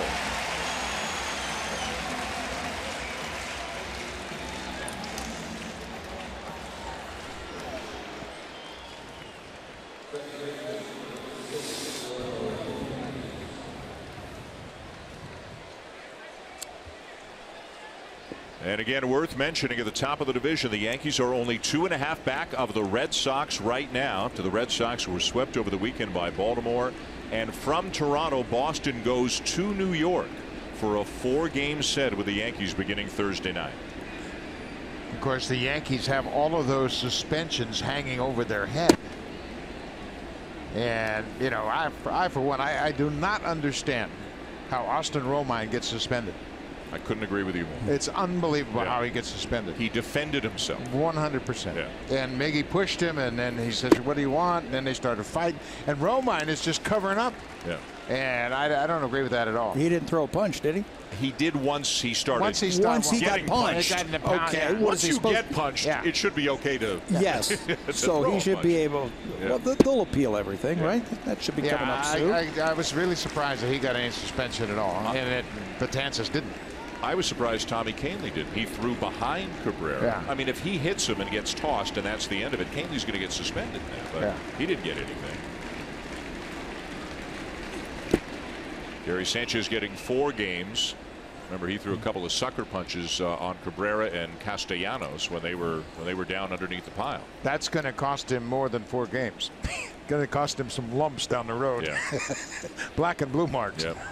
And players don't forget about that. And going to cost the Yankees a big-time power hitter for 4. Maybe it gets knocked down to 3, but probably stays at 4 when they need him the most.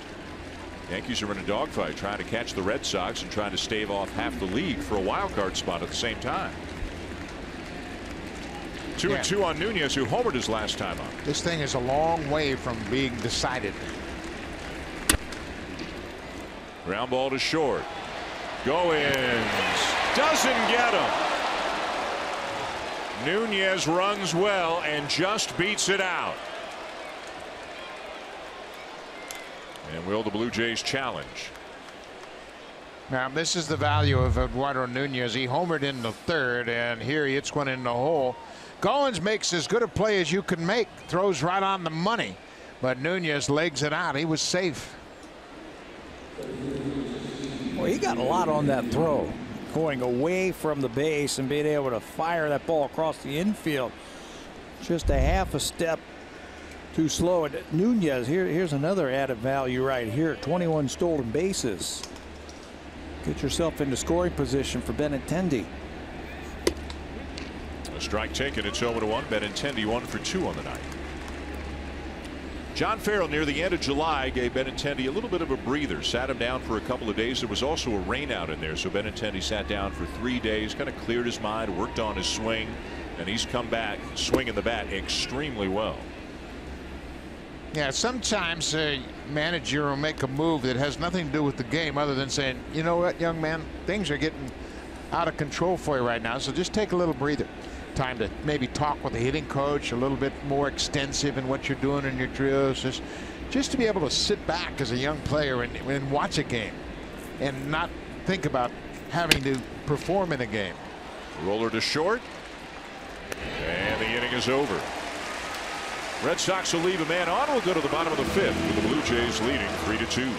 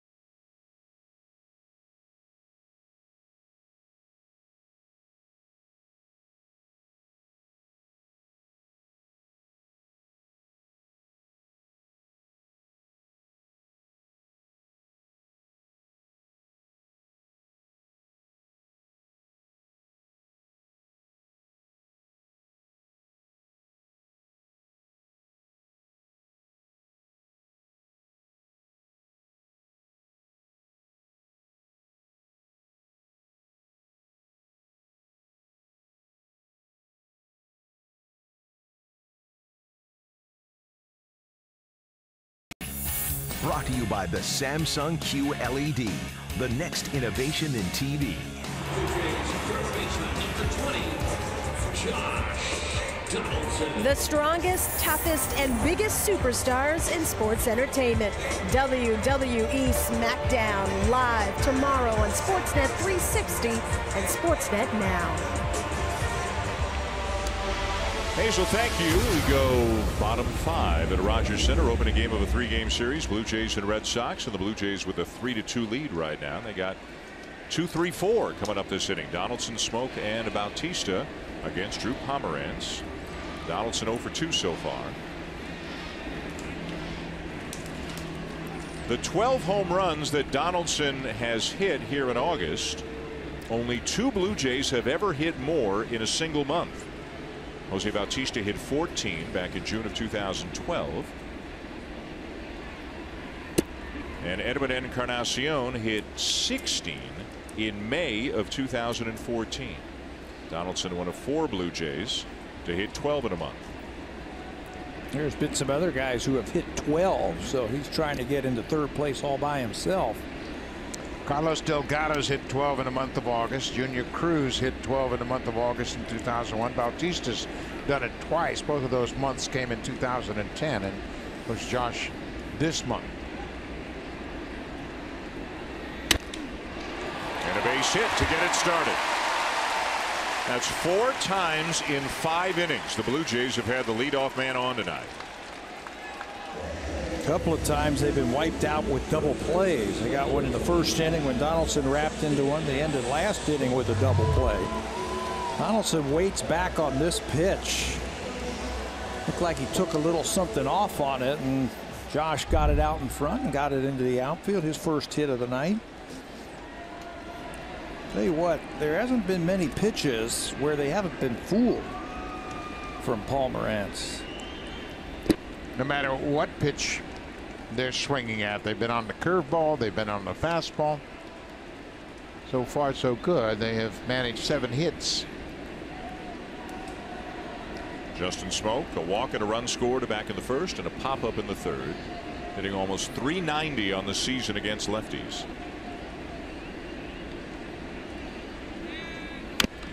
That curveball up a little bit from Pomeranz, and it's fouled off.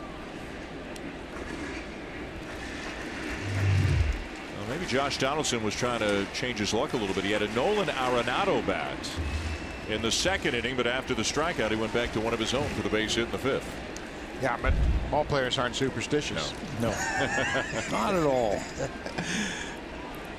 We've seen that Nolan Arenado bat a few times this year, haven't we? You know what? The Blue Jays, they saw it a couple of years ago when they got out there and they picked up a Nolan Arenado bat. Of course, Troy Tulowitzki had used it in the past, and then they started just ordering bats with his name on it. Figuring there's plenty of hits to go around. Good luck, Chuck.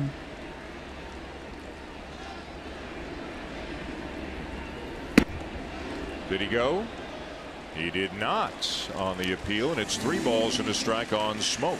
With the Red Sox here, it always makes me think of Manny Ramirez talking about bats. Manny didn't care what bat he used, how much it weighed, or how long it was. He'd walk up the bat rack, grab a bat, walk to the plate, not even knowing whose bat it was.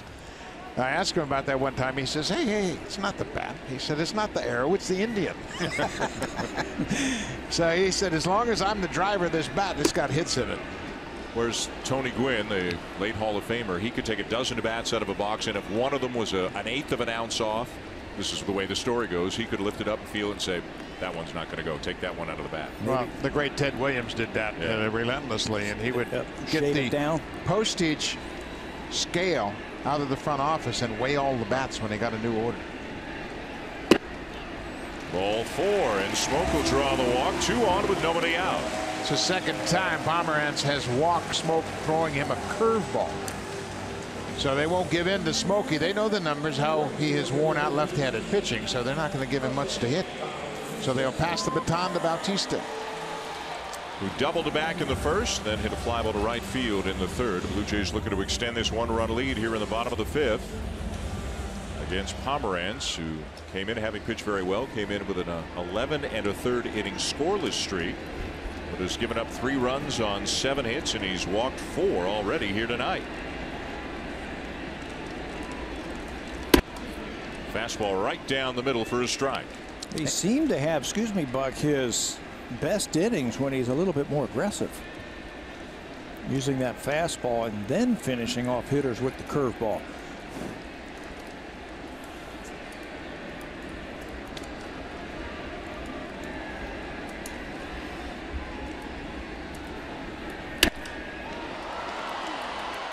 Shallow center. Benintendi racing in to make the catch for out number 1. Another good example of how the athleticism of this outfield plays for them defensively. Benintendi was deep, and obviously you have to respect the power of Bautista. He takes a mighty cut and then gets under it, a frustrating at bat for Bautista.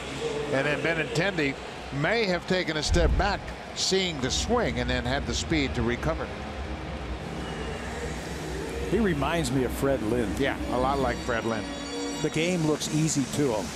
On both sides of the offense and defense. On both sides, and he swings easy, and the ball goes a long way, just like Freddie Lynn. Yeah, and he's got a knack for finding hits.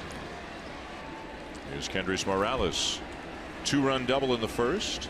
And a fly ball to deep right in the third, robbed on a terrific catch by Mookie Betts. Well, that's a concern for the Blue Jays, you would imagine, going forward. You look at this Red Sox team, and some of their best players are so young. They may not even be in their prime. Benintendi still has rookie status this year. Betts is a young guy. Bogarts is a young guy. Devers is only 20 years of age. You know, that's what John Farrell was saying today before the ball game. Because they are so young, they've been very resilient.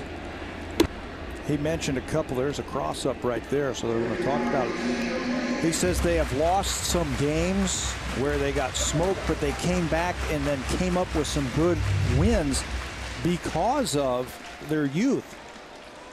He says we're just an athletic bunch, and we'll just go out there and we'll just play.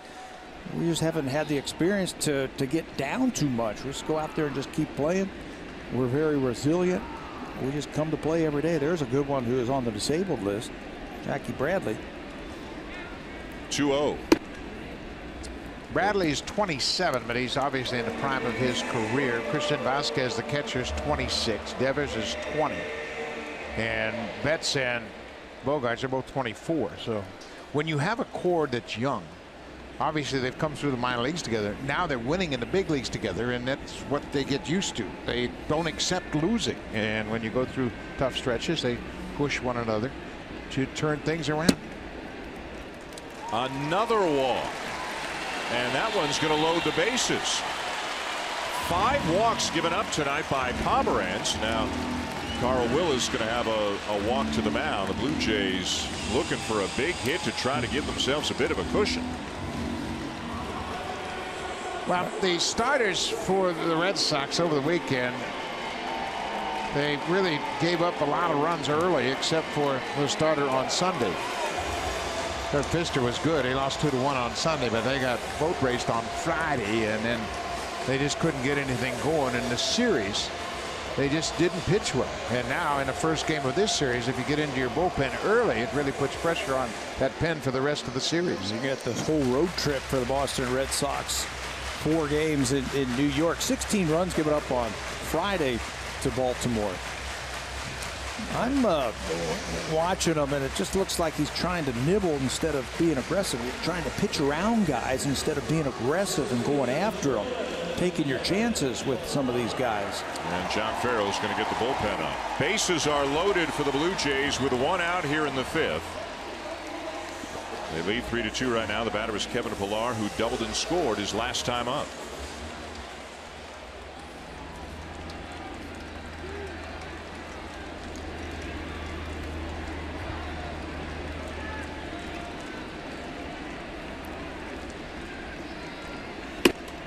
Takes up and away, ball 1. Heath Hembry starting to throw.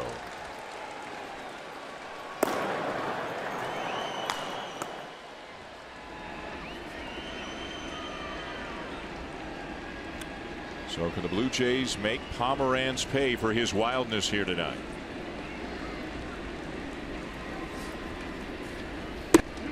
In for a strike. Pomeranz, since the 7th of July, span of 9 games, he's walked 3 times. He's walked 4 twice, and the walks are starting to mount up for him here in the second half of this season. That's why, as successful as he's been kind of a 5-6 inning pitcher for most of the season. But that's a lot more common in the game than it used to be. You can be successful and be a 5-6 inning pitcher. That didn't used to be the case. Curveball bounced fair. Coming home, got him. Devers comes home and gets Donaldson in a slide. I don't know where that throw came from, but what a heads-up play by the third baseman. He wasn't going to turn two, and he might not have been able to get the runner all the way across the diamond. So he elects to go home, and momentarily Blue Jays might look at it. How about this heads-up play? He looks to first and then fires home, says, I can't get him at first. Let's try home. Now, they told us today that he's a ball player, and right now, you're right. He looks at first, no play there, and says, hey, maybe I got a shot. And Vasquez is set to take the throw. And I tell you what, it looks like they got him. But look at Vasquez. He plants his foot and takes the throw before Donaldson gets to the plate. That's one of the best plays you're ever going to see a third baseman make. And he's 20. He's the second youngest player in the major leagues. Force at the plate. Bases loaded, 2 down now for Barney. You know, you're taught as a player at third base, okay, what am I going to do if the ball's hit to me?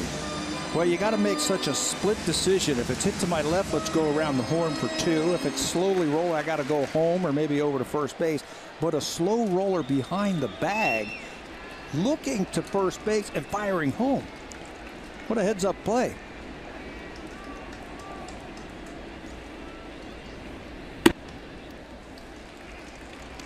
He gets the ball behind third. Bases are loaded.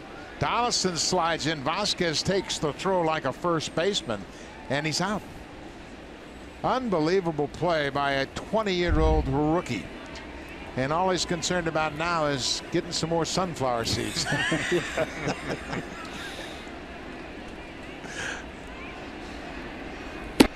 Swing and a miss by Barney, 1-2.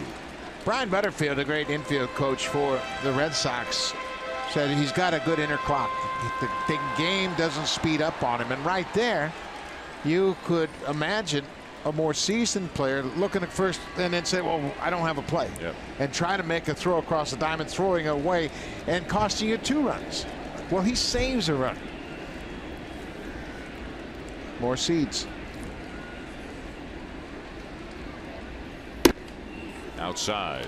And when we talk about the inner clock, it's slowing the baseball game down. He said just a couple times he's gotten ahead of himself where he caught the ball with planting his right foot and was ready to throw across the diamond and then took a couple crow hops, so it sped the game up on him just a little bit. That time it looked like he was going to throw to first, but then threw a strike home. Line back to the mound. Pomerantz makes the catch.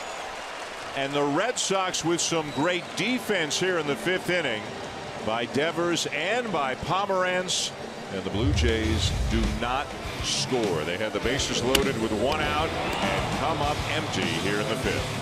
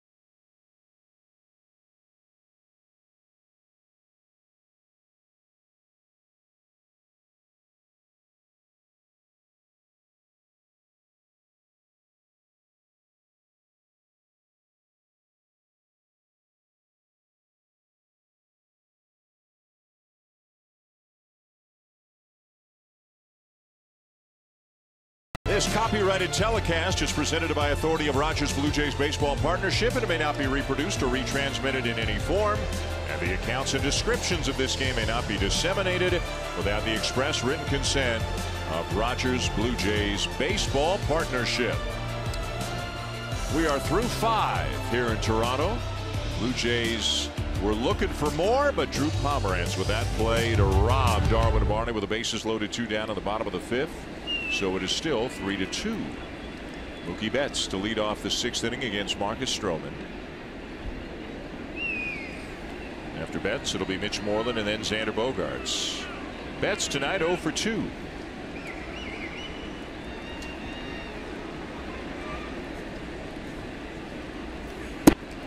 Wanted to mention at some point tonight, Major League Baseball made a decision on the series in Houston. The Astros were to have hosted the Rangers tomorrow, Wednesday, and Thursday. As Betts drives the ball to right center field, Pilar got it! What a sensational catch by Kevin Pilar!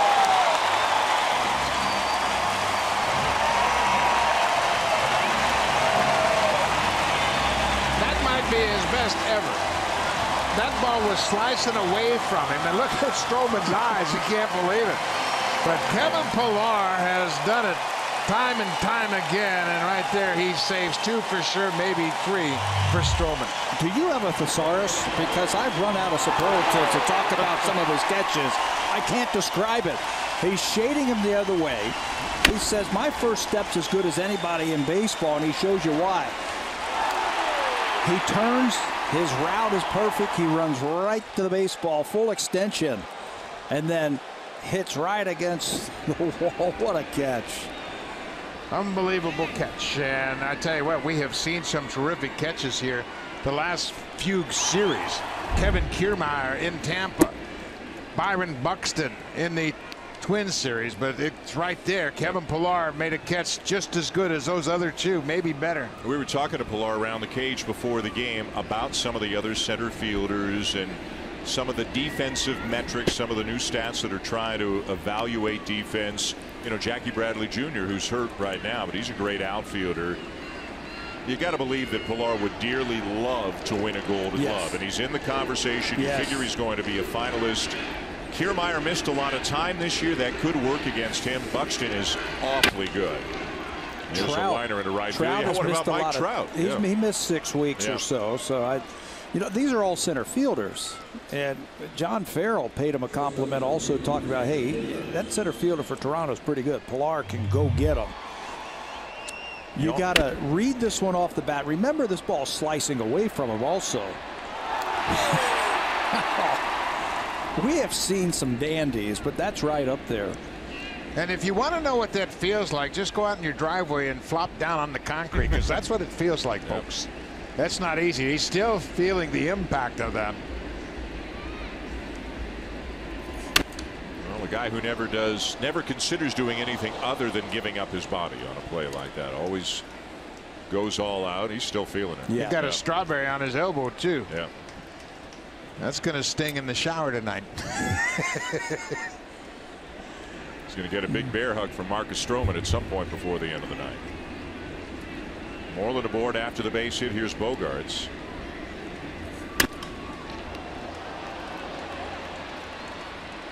Still going to back. Bautista for out number 2.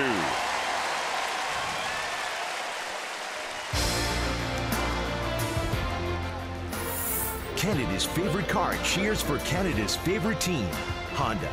Proud fan since 1977 and the official vehicle of the Toronto Blue Jays. And the bullpen now up for the Blue Jays. Danny Barnes starting to throw. Marcus Stroman at 96 pitches as he works with 2 out here in the 6th. Blue Jays up a run. Here's Rafael Devers. 0 for 2 and a couple of fly ball outs. Just to finish the thought that we started at the beginning of the inning before Kevin Pilar so rudely interrupted us with a sensational catch. Baseball has moved that series between the Rangers and Astros to the Trop, to the home of the Tampa Bay Rays tomorrow, Wednesday, Thursday. The Astros are supposed to be home to the Mets over the weekend. Baseball has not yet made a decision. know, most importantly, everybody's hearts go out to the people down in Houston and the surrounding areas and all the devastation from Hurricane Harvey. It sounds like it's going to keep raining for much of the week, and just hoping somehow that the worst is somehow over. Absolutely, and we certainly want to send our best wishes to all those families down there that have been affected by Hurricane Harvey. Backdoor breaking ball to get Devers and end the inning. Stroman hops off the mound. Credit him for some good pitching, but a big assist to Kevin Pilar out in center field. Superman does it again with another remarkable catch.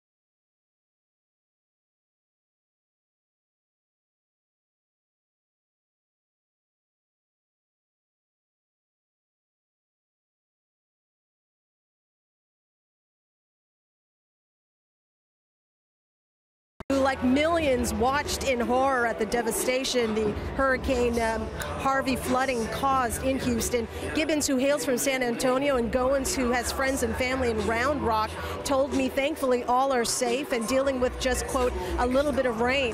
To Paris' family, originally from Lake Joseph, it's just 15 minutes south of Houston, the center of this landmark event. Just so happens his parents moved last year to north of San Antonio. His immediate family is safe. To Paris tells me his girlfriend, who resides in Corpus Christi, she's safe.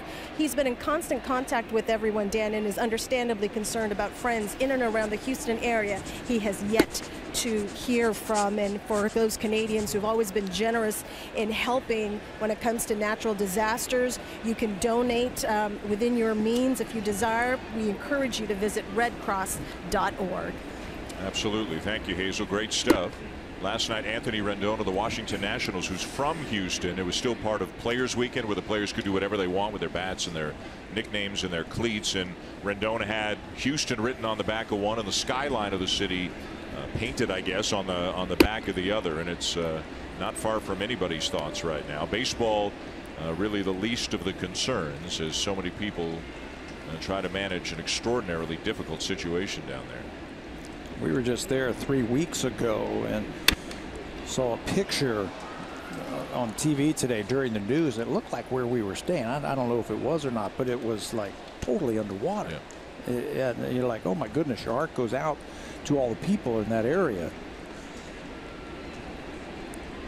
And from, again, it's in the grand scheme of things not important, but from a baseball perspective, as Goins going to be safe, a wild throw by Pomerantz, and Goins into second base on the play. Boy, Pomerantz had to hurry, but actually had time to spin and get him by a step or so, but threw wildly. That's the toughest play for a first baseman when that fielder is so close to you. You don't know where the throw's coming from, and if it's offline at all, you don't have any chance to make a play. If he throws it to the inside, I think he has a shot, but he barehands it, throws it right into the runner. No chance for Moreland, the Gold Glover, at first base to get that one. Blue Jays will take it. Another leadoff batter on base tonight. And it's an error all the way, not a base hit and an error. Either way, Goins at second to begin the inning. Now 5 times in 6 innings the Blue Jays have had the leadoff man on. Feels like they should be leading by more than 3-2, that's for sure. There's a towering fly ball down the right field line, but foul. Distance to spare for Raffy Lopez, but just foul. Raffy's got some power. He had 16 home runs in the minor leagues, and he's got a home run this season, but that ball was smoked just over the top of the foul pole, but went foul. And you know, last time up in this situation, he tried to bunt and popped it up, and I think they were thinking he's going to bunt again, but there was no bunt sign on that one. No, and they threw him a cookie, a fastball right there, and he turns on it just a hair too early.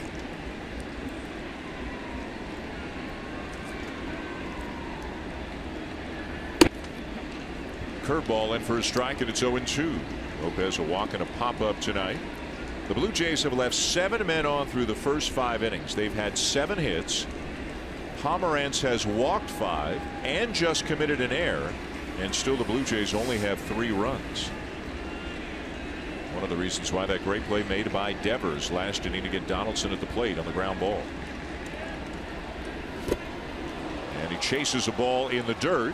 Vasquez out from behind the plate to complete the out. Let's check in with Jamie.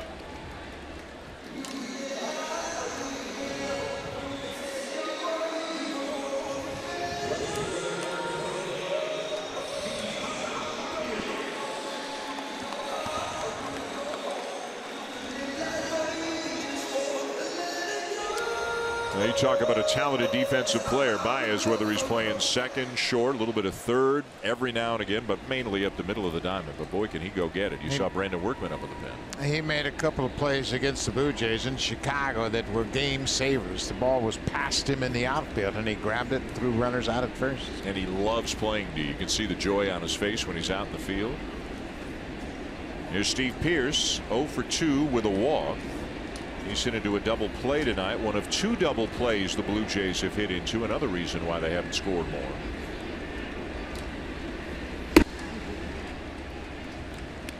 Started well for them. Got 2 in the first on the 2-run double by Morales. And it was a 2-out rally that got it done for the Blue Jays. Left a couple of men on in the second. Went in order in the third. And then really have wasted opportunities to score more than they did in the fourth and to score at all in the fifth. It's really interesting, the Blue Jays with so many good right-handed hitters in their lineup, that their record against left-handed starters this year is 11-19. Only the Cincinnati Reds have fewer wins against lefty starters than the Blue Jays. The Reds have only won 8 games and they've lost 25. But you would think with so many good right-handed hitters and 2 very good switch hitters in their lineup that their record would be much better against lefty starters, but it isn't. .243 this season against lefty pitching. A couple of years ago they were #1 in all of baseball hitting against lefties. Runner at second, 1 down. 3-2 Blue Jays, bottom of the 6th. Bogart's the shortstop backpedaling. He wants it, and he's got it. 2 down. I'm sure you guys saw some unfortunate news for the New York Mets, who seem to get nothing but bad news. 2 things. They announced Yoenis Cespedes is definitely done for the year with a hamstring injury, but probably more significantly, unfortunately, maybe this isn't that surprising, David Wright has shut down his rehab. He's had spinal stenosis and neck surgery, shoulder problem, and was out on rehab and was DHing a bit and was playing in the field a bit, but obviously has encountered more discomfort. And just with each passing setback, you wonder, unfortunately, guys, if he's ever going to be able to play again. David Wright has played 13 seasons in the majors, but he's last played as a regular back in 2014, and the injuries have just knocked him out of any kind of regular duty. But it's unfortunate. A terrific player. 2-time Gold Glover, 7-time All-Star, 2-time Silver Slugger, but sometimes your body just robs you of the opportunity to play. I would like to have seen the Mets, if they could have stayed healthy this year, if they could have given Washington a run for their money. They're 21.5 games out of first place. Too many injuries. Yeah. I mean, who's pitching for him?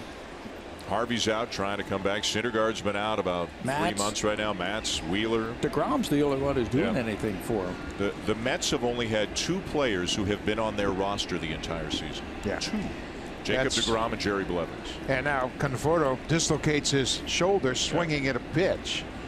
He was their best hitter that was healthy, but Wheeler's been out, Syndergaard, Matt's having surgery. It's been a mess. You know, it's amazing about the Nationals, though.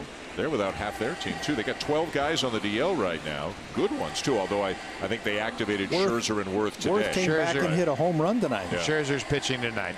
Trey but Turner they've got may be back Eaton, soon. who's lost for the season. Bryce Harper's out, and they don't know when he's going to come back. Ryan Madsen. Coda Glover. Trey Turner. Yeah, Trey Turner been out a long time. Hoping to get him back this week. Trey Turner went on the 60-day disabled list on the 16th, but that doesn't mean he's not coming back. 1-2 the count on Donaldson. Everybody's got injuries. It just is so. It's an epidemic this year in the game. Well, and you wonder if the training methods are right on, and that's a big thing. I mean, there's about 200 guys on a disabled list, and you know, I think baseball is going to have to look at this and say, well, what are these injuries? Are they? I mean, there's a lot of leg injuries, hamstring injuries, calf injuries, soft tissue, oblique injuries, things that never happened on this consistent a basis. Pomeranz strikes out Donaldson for the 2nd time tonight, and the Blue Jays will leave another man on here in the 6th.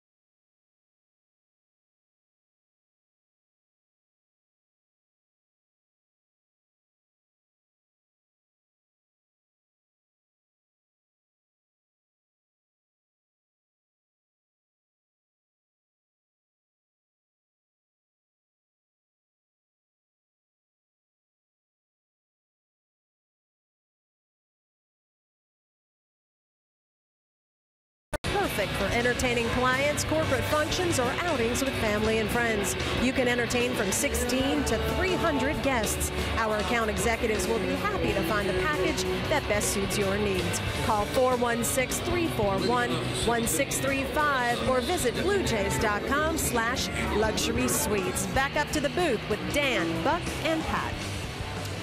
Thank you, Hazel. And on to the 7th inning here at Rogers Center. The Blue Jays up by a run, 3-2 in the Boston Red Sox. And the night is over for Marcus Stroman. A strong performance for Stroman, going 6 innings. The Blue Jays turn it over to Danny Barnes.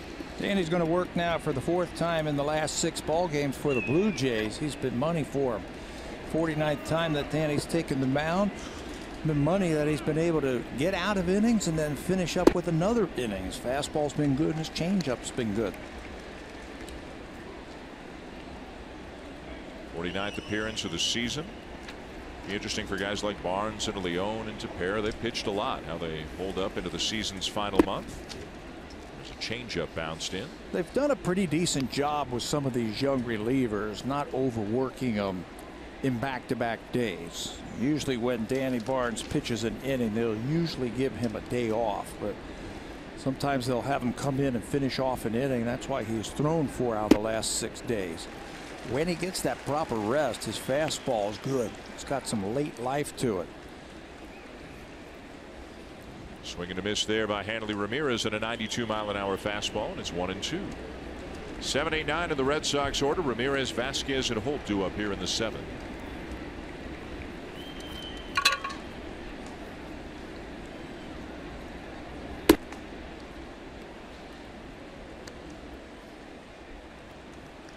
Ramirez tonight doubled and scored back in the 2nd on a ball that Steve Pearce lost in the light, something that all Blue Jays fans who have watched games here at Rogers Center have seen before. The left fielder having trouble with the low line drive.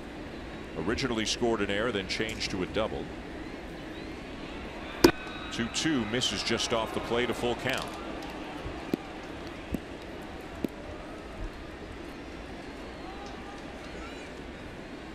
Hits are even at 7 apiece. Blue Jays up 3-2. They've left 8 men on. The Red Sox have stranded 4.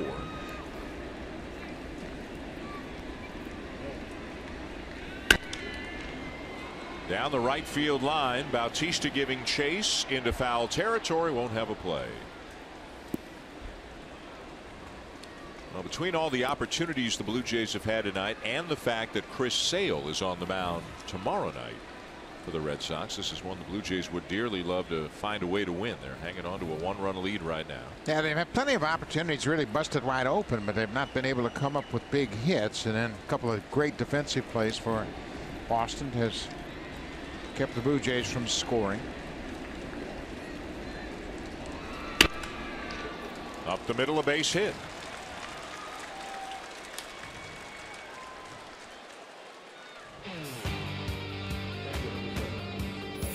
This 4K broadcast is brought to you by Samsung QLED TV. Experience Canada's team in all the colors of the game with the next innovation in TV.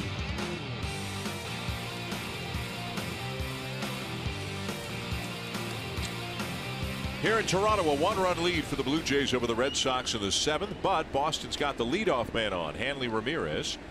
And here's Christian Vasquez, the catcher. He's got a couple of base hits already. Barnes and the Blue Jays looking for a ground ball right at somebody here to try to turn a double play. They've turned one tonight already.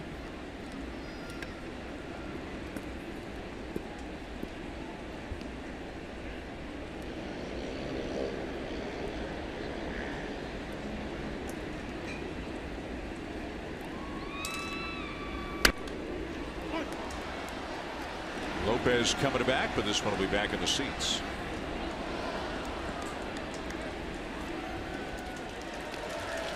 Keeping an eye on a couple of sluggers on the out-of-town scoreboard, and as shocking as this is, neither Giancarlo Stanton nor Rhys Hoskins has homered yet tonight. Rhys Hoskins, their rookie in Philadelphia, has really captured everyone's imagination as he's just gone crazy. 11 home runs in his last 14 games. Easy power when you watch him swing. Looks like baseball's got another young slugger coming up. High drive down the left field line, plenty of distance, and gone into the second deck. A 2-run homer for Vasquez, and the Red Sox have the lead. Well, speaking of young sluggers, not a big slugger, but he is a slugger tonight. That's his 3rd hit. He's also had a stolen base tonight, a couple of RBIs. He's caught a great game, and just like that, Dan, you were mentioning that the Blue Jays feel like they should be up by 4 or 5 runs. Well, they're down by a run now, thanks to Christian Vasquez's long home run, his 4th of the season to left field. This is the one problem Danny Barnes has had. This is the 9th home run he has given up, and that fastball didn't run inside far enough, and Vasquez really got a hold of it. It's hit into the second deck. Danny has not given up many hits coming into this game. The league hitting just 189 against him, but 9 home runs. Obviously, when you come in these tight ball games, those home runs will change the fortunes of clubs. The lead goes to the Blue Jays, now trailing. Now Brock Holt pops it up, and Goins is there to make the play 1 down as we check in again with Jamie.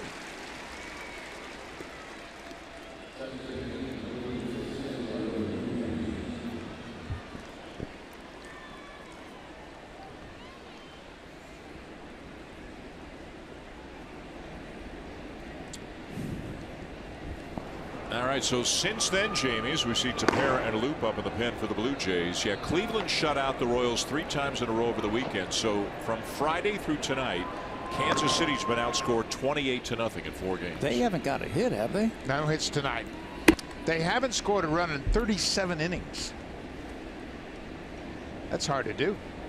Yeah, Tampa Bay has scored 8 runs on 8 hits, and Austin Pruitt, who the Blue Jays beat around pretty good the other day, he's no-hit them over 3 innings. Kansas City starts play tonight, a game under 500, 2.5 back of Minnesota for the second wild card spot. Almost September, and the Minnesota Twins are hanging in there. Remember, they traded for Jaime Garcia. Then they had a bad week. Then they traded him away to the Yankees. They traded Kinsler, their closer, almost like they're saying, you know what, it's got a good run, but it's not going to be our year. And now they're back in a playoff They position. went out on the West Coast and got beat by the Dodgers and had a tough West Coast trip. But right at that same time, Kansas City and Cleveland caught fire and closed the gap and actually passed them. They said, you know what, maybe we don't have what it takes and we can get some arms, turn these guys into some young prospects. Well, they did, and they've got hot again. Go figure. Paul Molitor, in thinking about addressing his team, said he didn't do that. He just had the veterans go around quite subtly and say, hey, we can't worry about who we don't have. Just play your game, do what we can do, and let the results speak for themselves. And it has worked out very well for them. Nunez will draw the walk. John Gibbons is out of the dugout. He wants Loop to face the left-hand hitting Andrew Benintendi. So a disappointing performance for Danny Barnes. Surrenders the lead, gives up the 2-run homer to Christian Vasquez as he laments what went wrong here in this stint against the Red Sox. That'll be all for Barnes. Loop will be coming in to face Benintendi, with the Red Sox now leading here in the 7th.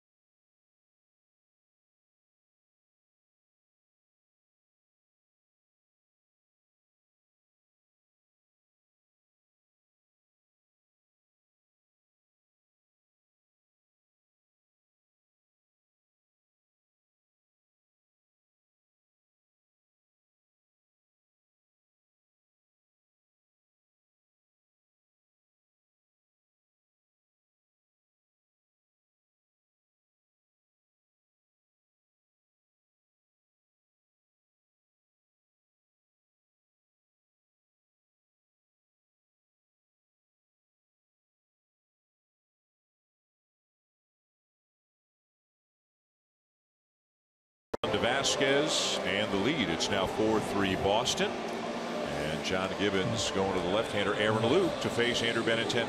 Loopy was great in the game yesterday. He pitched an inning and a third for the Jays, and every out he recorded was a strikeout. 4 strikeouts for Loop. He gave up a scratch single to Vargas, and that was it. His fastball was good. His breaking ball was really good. He seems, as the season's going along, Aaron's getting a little bit stronger and stronger now. 50 strikeouts in 47 2/3 innings.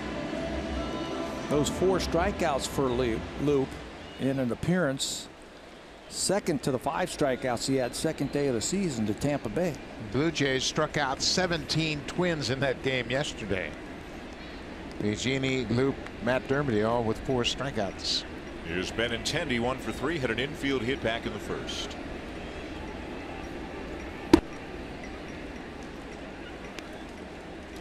Interesting to see how John Gibbons plays this, because this part of the Red Sox lineup Benintendi, a left-handed batter, then Betts, a righty. Moreland, a lefty. Bogart's a righty. Devers, a lefty.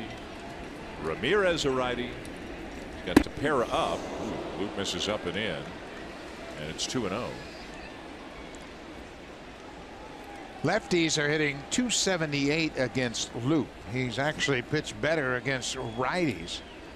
But lately he's handled the lefties okay. Righties hitting .254 against Luke.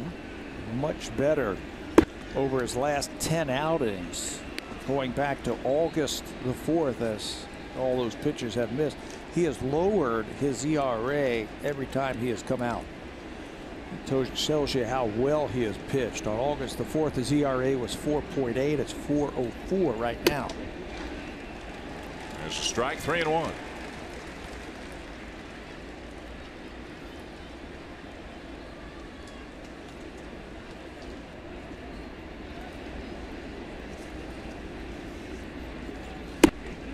And in there again, a full count. Nunez is not getting a real good read on Loop, but they might send him right here.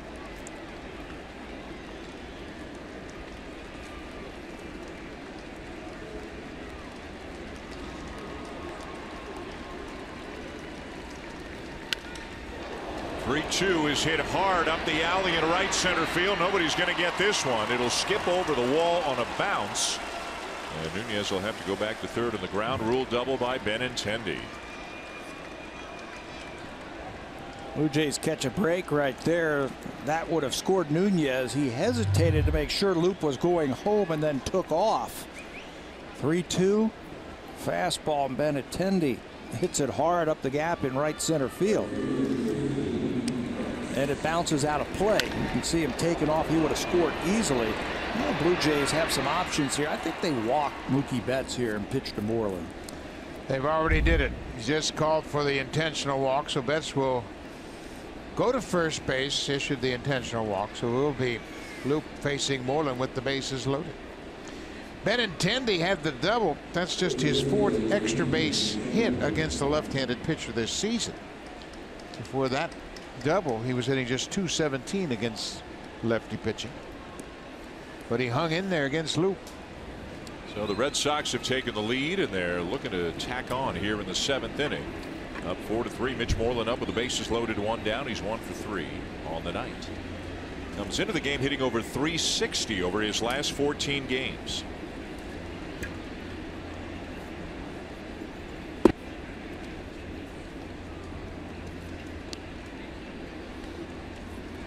Moreland got off to a great start here in his first season with the Red Sox. It seemed like he was going to break a doubles record early on, the way he was swinging the bats, but he cooled off, and as you mentioned, now he's picked it back up again. He got a nickname out of it back in April. Mitchie Two Bags. Yep. With all the doubles he was hitting. Is that what he wore over the weekend? I think he did, yeah. Wouldn't you? I like it. I like it. This is where the Red Sox over the weekend had problem picking up runners. Hitting with runners in scoring position against the Baltimore Orioles. 1 for 23 over the weekend as they were swept by the Orioles. Scored just 4 runs in the 3 games, including 1 for 13 yesterday in a 2-1 loss.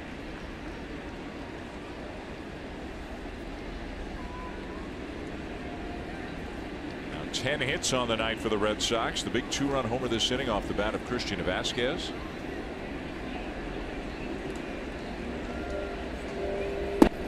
Way outside with a breaking ball, ball 2.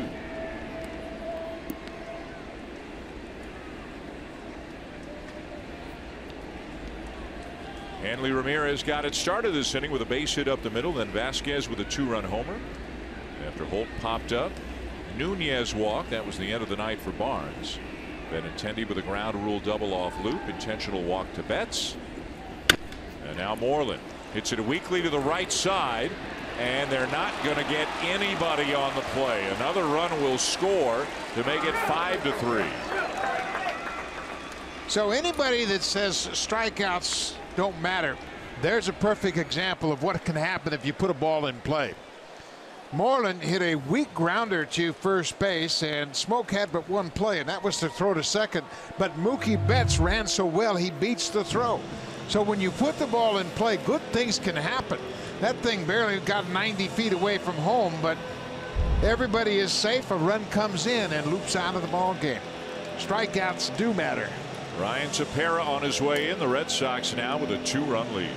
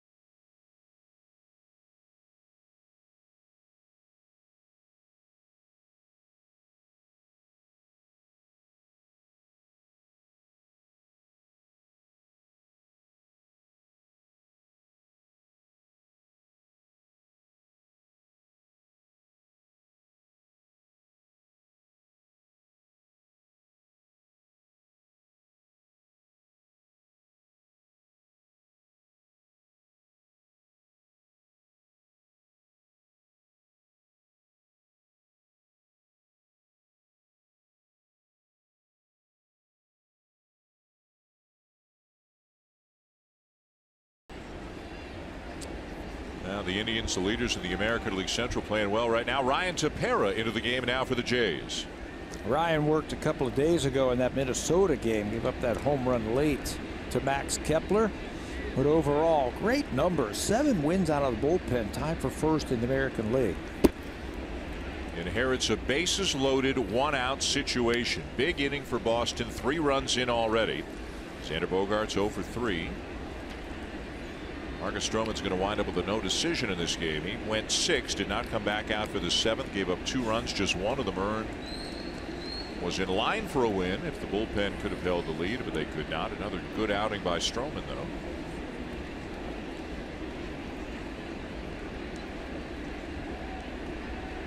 His ERA going from 3.17 down to 3.11 after the performance tonight. But it's Boston which has taken advantage of the opportunities here this inning. Barnes and Loop have both come and gone here this inning, without much success for either one of them tonight.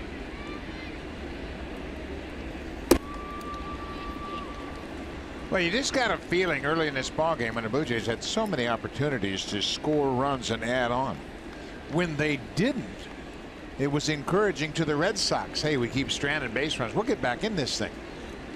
And Blue Jays have stranded 8. Red Sox have left just 4, and the Red Sox making the most of their opportunities.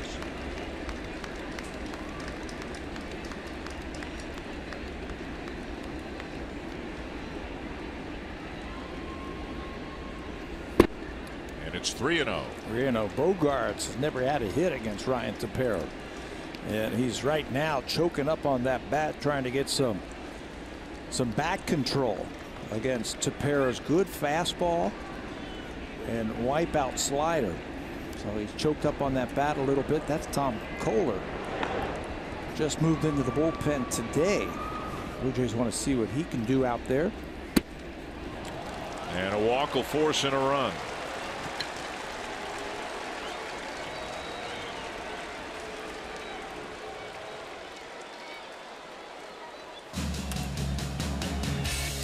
As we mentioned, it was a good outing for Stroman tonight. 2 runs, just one of them earned, and potentially in line for a win when he left the game. But that is now gone by the wayside. No walks 4 strikeouts for Stroman. He's now had a strikeout in all 83 of his big league starts. Here's Devers.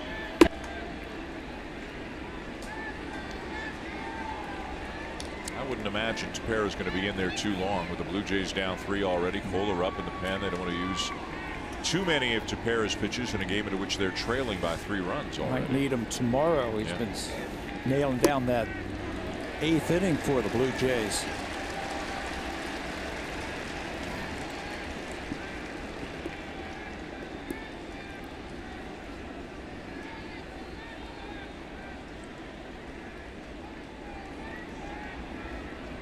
Devers 0 for 3.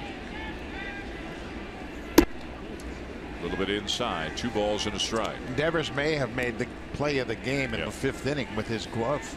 Bases loaded, and he went home to get the first out of the inning when he forced Donaldson at the plate.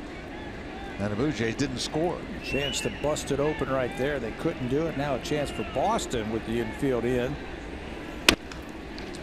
Ground ball to short. Goins coming home. They'll get one down to first in time. Red Sox may want to have a look at this. John Farrell saying nobody go anywhere just yet. They got 30 seconds to decide if they want to challenge. Rafi Lopez. What a play by the catcher.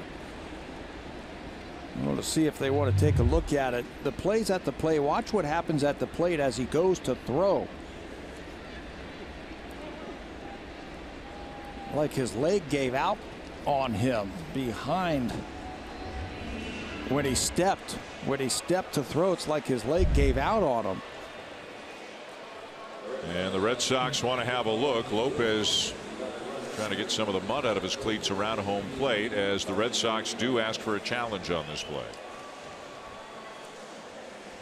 Devers hit the ground ball to shortstop with the infield drawn in, and Goins got that strong arm, so he gave Lopez a good throw, and then Rafi came out, and when he made the throw to first, he slipped a bit and the ball bounced, but Smoak was there to dig it out of the dirt.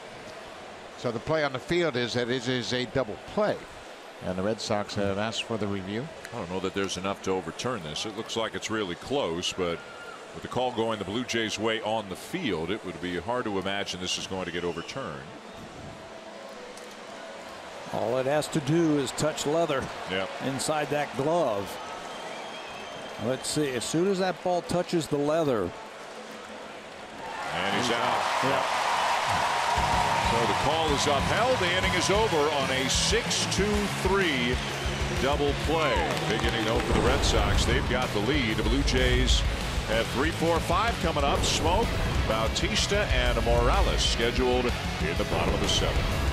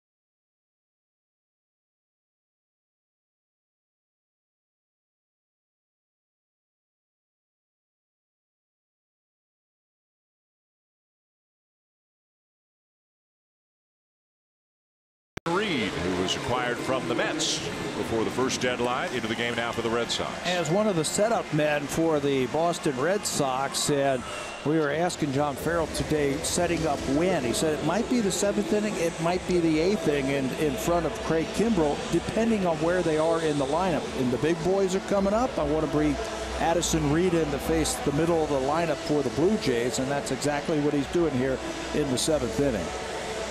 A 4-run top of the 7th for Boston, including a Christian Vasquez 2-run homer. The Red Sox now lead 6-3, and here's Justin Smoak to turn around and bat from the left side against the righty Reed.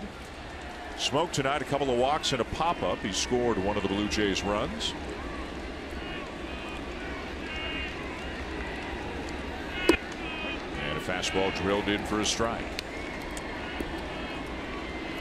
Tomorrow night it'll be Chris Sale on the mound for the Red Sox, and the Blue Jays will get a look at Brett Anderson, who is in Toronto in the ballpark, not on the roster yet. A move will need to be made to get him onto the roster.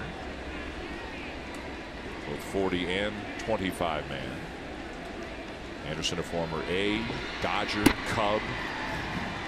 And then Wednesday night it'll be Rick Porcello for the Red Sox against Jay Hatt. There's Brett Anderson getting some throwing in the outfield earlier today. Anderson is 29 years old. He was originally drafted and signed by the Arizona Diamondbacks, but came to the big leagues in 2009 with Oakland. And he spent 5 seasons with Oakland. And he's just kind of a 500 pitcher for his career. Things did not go well for him in Chicago. He made 6 starts for the Cubs and had an .818 earned run average. Skied back of second base. And Bogart's there for the first down. Meanwhile, that's the guy the Blue Jays will be facing tomorrow. He's having a pretty good year, Dan. Yeah. But then again, I'm a baseball guy, so I recognize that right away. Just what a year he has had. 28-year-old Chris Sale, 14-6 with a .288 earned run average. He leads the league in strikeouts. 253 strikeouts. He led the American League in 2015 with 274 strikeouts. And he's a perennial Cy Young Award candidate. He has not won one yet. This might be the year. And he's mad too, because he didn't have a very good outing at last time out against the Cleveland Indians. He roughed him up. I think he threw 3 innings, so he's going to be well rested and upset tomorrow. That's a bad combination. Yeah. Only threw 67 pitches because he lasted just 3 innings. Charged with 6 earned runs on 7 hits, so he'll be chomping at the bit to get back out there. He's lost his last 2 decisions. He lost to the Yankees at Fenway, and then the Indians really roughed him up in Cleveland. Steve Pearce was saying before the game they're both from Lakeland. Pearce is older, but he said he saw Sale pitch in high school in Lakeland, and he said he was really skinny then. Yeah. And that's probably why he didn't get any higher in the draft out of high school, but he went to Florida Gulf Coast University, pitched there. He and Drew Hutchison were high school teammates. They both pitched on the same high school team.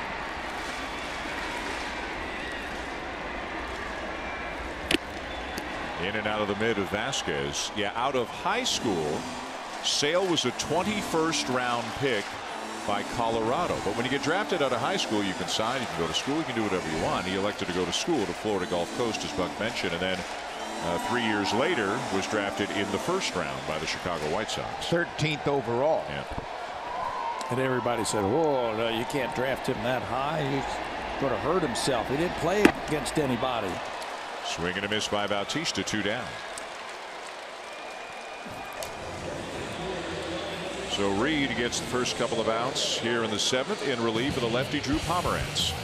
Pomerantz, he has a 13 straight start undefeated streak going, and this would be 14 straight starts for him. He will not get beaten in this game because he leaves with the lead. And so that will tie Mel Parnell for the longest such streak by a left-handed pitcher in franchise history. And if the bullpen holds on, he will tie Chris Sale in wins. They would both have 14 wins this season.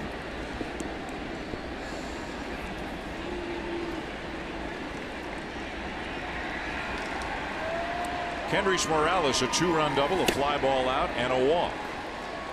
C2 turns around to bat for the left side. Addison Reed pitched in yesterday's game and struck out a couple of batters, only had 15 pitches. He hadn't pitched for 4 days, so John Farrell wanted to get him some work in that game, and he looks pretty sharp again tonight. Same situation with Craig Kimbrell. He pitched yesterday because he hadn't pitched much, and they needed to get him some work. Driven high and deep to left center field, but Benintendi there shy of the track to make the catch and end the inning. So Reed gets the Blue Jays in order here in the 7th.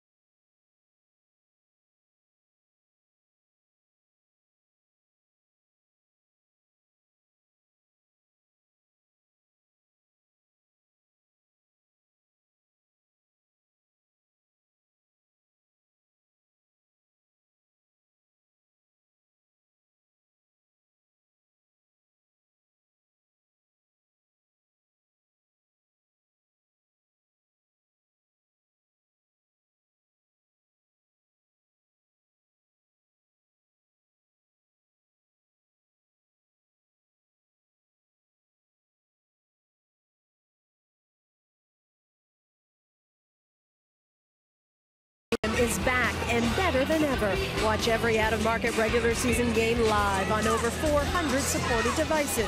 Plus, get a free subscription to @That Premium, the #1 app for live baseball. Blackout and other restrictions apply. Visit MLB.tv for details.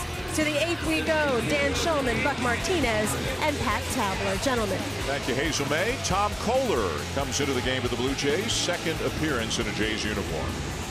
Kohler, you can see his numbers for the season. He's made 13 starts. This is his first relief appearance since May 16, 2015. He started as out of the bullpen, made 7 appearances initially, but he's been a starter for the majority of his career. Started the game on Thursday down in Tampa Bay and did okay. 5 innings, 4 hits, 7 strikeouts. Blue Jays asked him to go into the bullpen on Monday. They said they want to see what this arm can do, especially late in a ball game. He's got a good fastball and an outstanding curveball. Let's see if it plays out of the bullpen now. He'll face Hanley Ramirez, who got it all started for the Red Sox last inning with a base hit up the middle. The Red Sox sent 9 men to the plate, scored 4 times.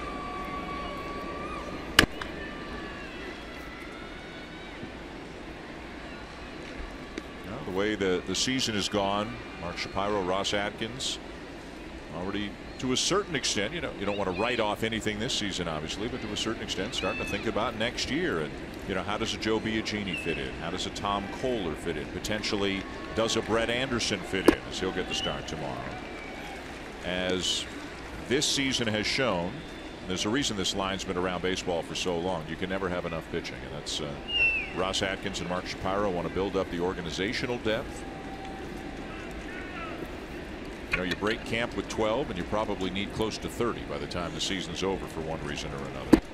It's so funny. There's that curveball that's going to play. I think it coming out of the bullpen for 1 inning. It's so funny. In March, everybody's talking about, okay, is this guy going to make the team? What are they going to do with this guy? Should he get sent down? You blow it all up once you play baseball for 6 months, and you got how many different starters, how many different relievers. Look at the spin on that breaking ball. That's how you throw that 12-6 curveball. 12-6, hands on the clock, straight down. Good pitch. Here's Christian Vasquez, probably has the biggest hit of the night. The 2-run homer for the Red Sox last inning, turned a 3-2 deficit into a 4-3 Boston lead. 7th time Vasquez has had a 3-hit game this season. He has one 4-hit game. It was way back on the 11th of April against the Orioles at Fenway. Gets the call on the outside corner, 1-1. Vasquez with 3 hits has raised his average 8 points. Kohler, the 5th pitcher of the night for the Blue Jays. Marcus Stroman a strong 6. Barnes and Alou both pitched and gave up some damage in the 7th before Pilar came on. He walked in a batter, then got an inning-ending double play. The Red Sox trying to snap a 4-game losing streak. They have not had a 5-game losing streak this season. And they're trying to keep the Yankees at bay in the American League East. Entering play tonight, 2.5 up, and the Yankees have lost. This ball's hit hard up the alley in left center, and there is the 4th hit of the night. What a night for Vasquez. 2 singles, a home run, and now a double.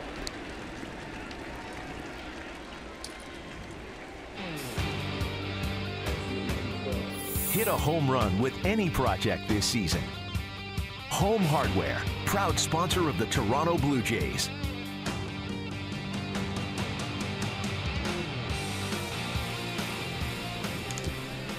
So there's the 3rd career 4-hit game for Christian Vasquez. 14th double of the season. He's at second with 1 out. And the batter will be Brock Holt, who's 0 for 3.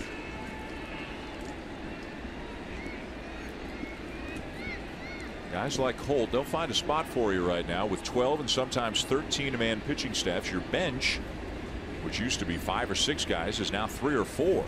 So if you can play a bunch of different positions, you can find work. Well, we're seeing it all around baseball, and Holt is one of those many guys that can play everywhere, and he has. He's played all over the diamond.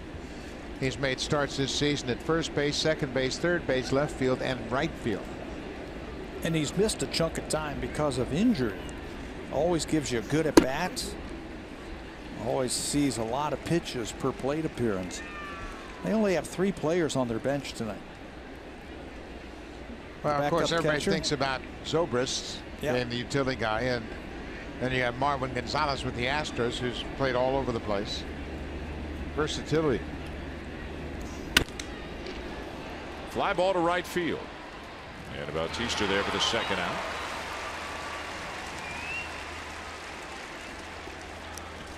You know, if you have 3 guys on your bench, that allows you to carry an extra pitcher. They've got 8 relievers. There's Rajay. Just picked up Rajay Davis. Jackie Bradley Jr. on the DL. They picked up Davis. Bradley expected to be back soon. But Davis can still slot in there against lefties every now and again. Pinch runner, of course. Well, and also the great postseason run he's had. Yep. And a big hit last year for Cleveland in Game 7. Off Chapman, right? Yep. Tie the game. Top of the order for Nunez. He is 2 for 3, including a home run back in the 3rd. His 7th in a Boston uniform.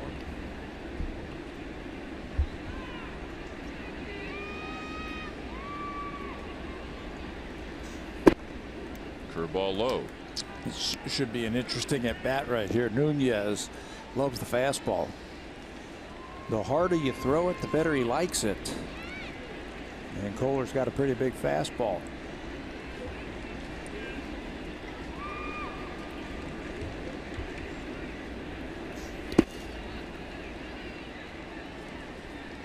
That one stuck to Lopez more than Lopez caught it. Kept it in front of him for ball 2. No chance to advance for Vasquez. 6 runs, 12 hits, and an error for the Red Sox. They've left 6, 3 runs, 7 hits, and an error for the Blue Jays. They have left 8 men on. The Yankees have lost 6-2 to Cleveland. Baltimore's up 7-6 on Seattle, bottom of the 8th at Camden Yards. Popped up back of second. And it'll be Barney to make the catch and end the inning. We'll go bottom 8.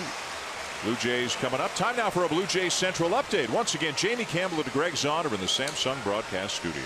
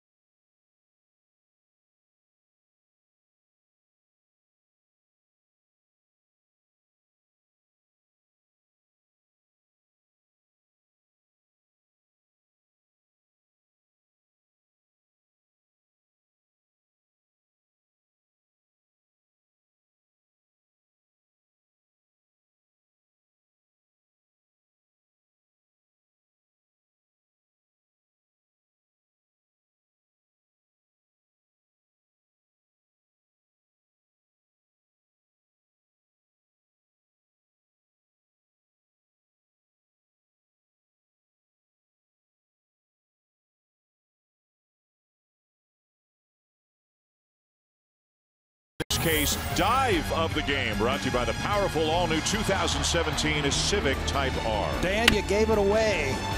Usually it's drive of the game, but Kevin Pilar's dive of the game is going to be our play of the game. Thank you, Marcus Stroman, as Kevin Pilar once again gives it his all to hauling that ball off the bat of Mookie Betts, tonight's dive of the game. What a catch. He's got a pretty impressive list, and it's got to be right near the top of the list, that one or not. Here's Brandon Workman on for the bottom of the 8th. Workman has been Workman-like lately. Been pitching really well for the Boston Red Sox. Look at the numbers, especially what he has done against right-handed batters. Big curveball that he'll get plenty of strikeouts with. He's had 28 innings and 23 strikeouts and only 5 base on balls this season. He's taken over here in the 8th inning. Workman has really dealt with injuries the last several seasons. He pitched very well early in his career for Boston, 13 and 14, and he did not pitch 15 or 16 in the big leagues at all. And this is just his 22nd appearance of the season. He's 29 years old. Out to second, big bounce for Nunez. But Workman is a guy that they feel like can really help them down the stretch because he hasn't worked an awful lot. He's healthy again. And when he was first up with the ball club, he threw the ball very well. They started him in 2014, but this is the role he's best suited to pitch in. A bridge guy, if you will. It depends on where they are in the lineup when he's going to pitch. If it's the bottom of the lineup, John Farrell's going to pitch him either in the 7th or the 8th inning. You know, the Red Sox have had a lot of movement in that bullpen, a lot of moving parts. They've had guys like Tyler Thornburg, Carson Smith haven't pitched all season, and their bullpen ERA is the 3rd best in baseball. Only the Dodgers and the Indians are ahead of them. They get Matt Barnes back soon. Dave Dombrowski was talking about that earlier. He said, you know, the sum of the pieces is much better than the individuals, except of course for Kimbrel. But when you think about bullpens, as you look at Leonel Campos, just recalled from Buffalo, Carson Smith is close to coming back, and he's been out and hasn't pitched at all for Boston. 2 down. And left-hander Robbie Scott is now up in the Red Sox pen. The left-handed hitting Ryan Goins coming up, but it doesn't look like John Farrell's going to make the move here, with Workman getting a couple of ground ball outs.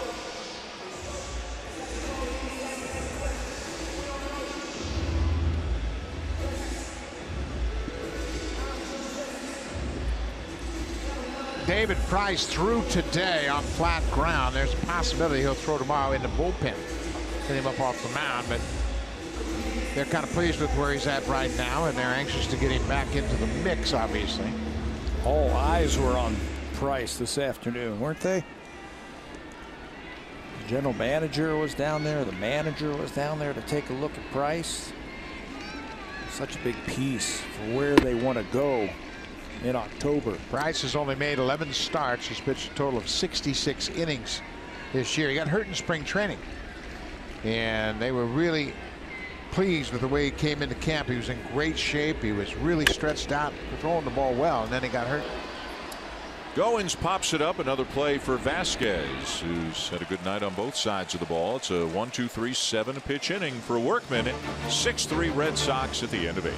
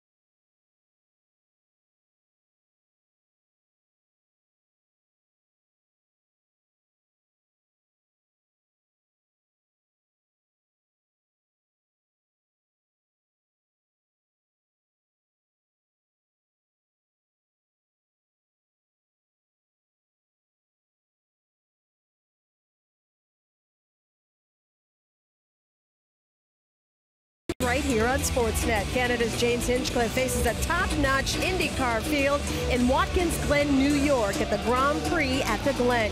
You can catch it Sunday at 1 p.m. Eastern on Sportsnet 360. Dan. Thank you, Hazel. We go to the top of the 9th inning, and another arm coming in from the bullpen for the Blue Jays. Just back with the team today after Nori Aoki was DFA. This is right-hander Lionel Campos. 9 games this season for Campos. No record, a .338 earned run average. And you've heard of the Buffalo shuttle. Well, Campos has been on that. This is his 7th time that he has come to the big leagues this season for the Blue Jays. He gets the 9th inning, and he gets Benintendi, Betts, and Moreland. The big inning, the top of the 7th, 4 runs across that frame for the Red Sox, 2 in the home run by Christian Vasquez. After the Blue Jays had squandered some earlier opportunities when they could have led by more than just the 1 run. Benintendi 2 for 4, including a double and a run scored back in that 4-run 7th. Boston looking to move 3.5 ahead of the Yankees atop the American League East. After Cleveland beat the Yankees 6-2 tonight.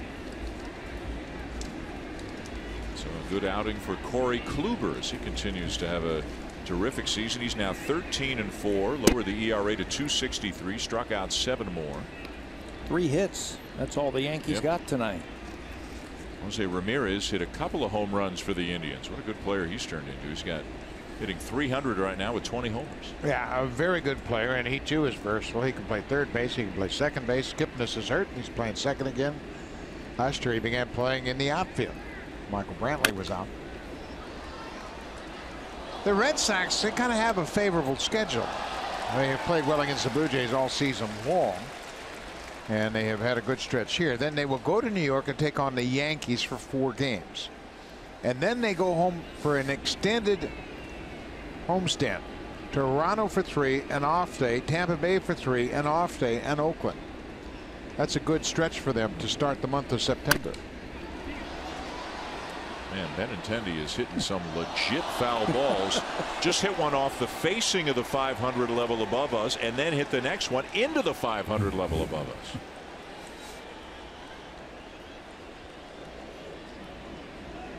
Craig Kimbrell is up in the bullpen for the Red Sox in anticipation of a save situation here in the bottom of the 9th. You were just mentioning the schedule for the Red Sox. Blue Jays still have 2 trips to Fenway before the season's over. They've only seen them 1 time in Fenway Park this season. Yeah, the Blue Jays will go in there the last week of the season, and Blue Jays will go into Boston on the 25th, 26th, 27th. And there you see the battle for the East. The teams within the division, the Orioles have the best record playing in a division. They have a win more than the Yankees. The Red Sox are .500.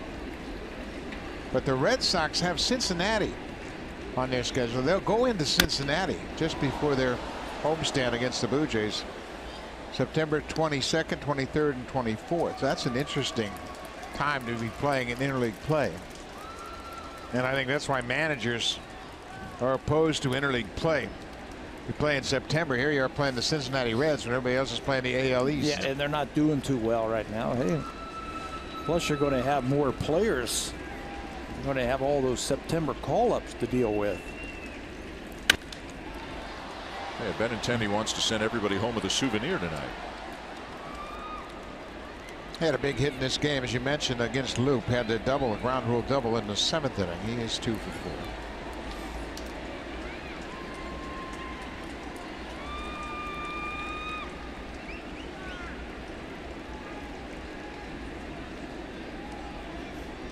Another 2-2 pitch on the way. And another foul ball. Is that 6 in a row? Well, the thing about Benintendi, he's really short to the ball. You can see him asking the umpire whether or not it was a strike, but he's not going to take anything close. He's got great hand-eye coordination. When you watch him hit, how he's able to take that bat to the baseball. He's always been able to hit.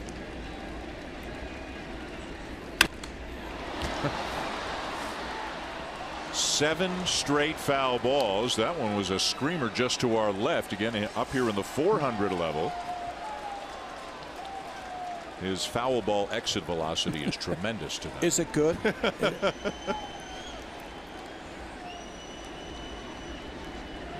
Tell you what, you're seeing everything that Campos has to offer. Yeah. 10th pitch upcoming.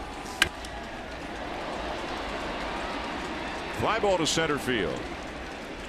Pilar there, and Campos finally wins the battle.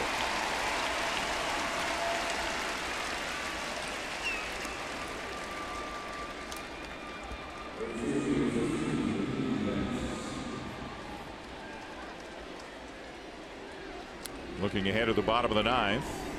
The Blue Jays scheduled to send up 9-1-2. Rafi Lopez, Steve Pearce, Josh Donaldson. They're down 6-3 in the opening game of this 3-game set. Here's Mookie Betts, 0 for 3. It was Betts who was robbed by Pilar back in the 6th. If you didn't see it, you got to see it. If you're a fan of Kevin Pilar and his spectacular catches, he added another one to his resume here tonight.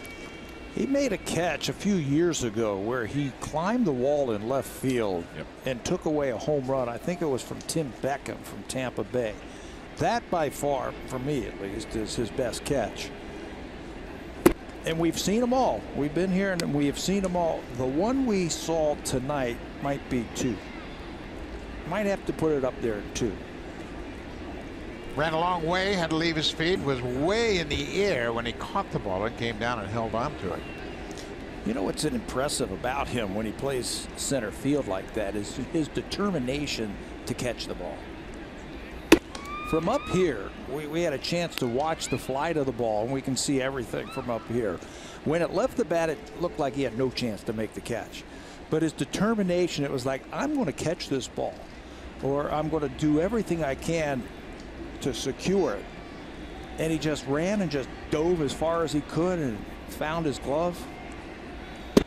The determination factor was way up there on that one. He is starting in right center. Well, not right center, but he's shading him to right field. The ball's slicing away from him. The ball's going to land right at the base of the wall, but he gives it up. He gives up the body and makes the catch.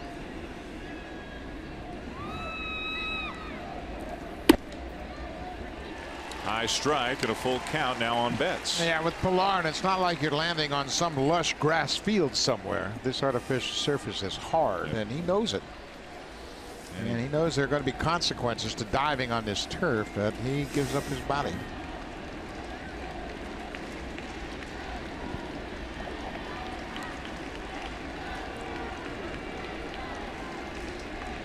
The 3-2.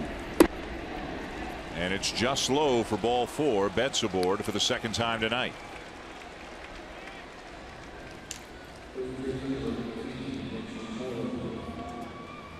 Ruben Amaro Jr., the former GM of the Philadelphia Phillies, the first base coach. A real rarity to see a guy be an executive and then get back into uniform. You don't see that very often at all.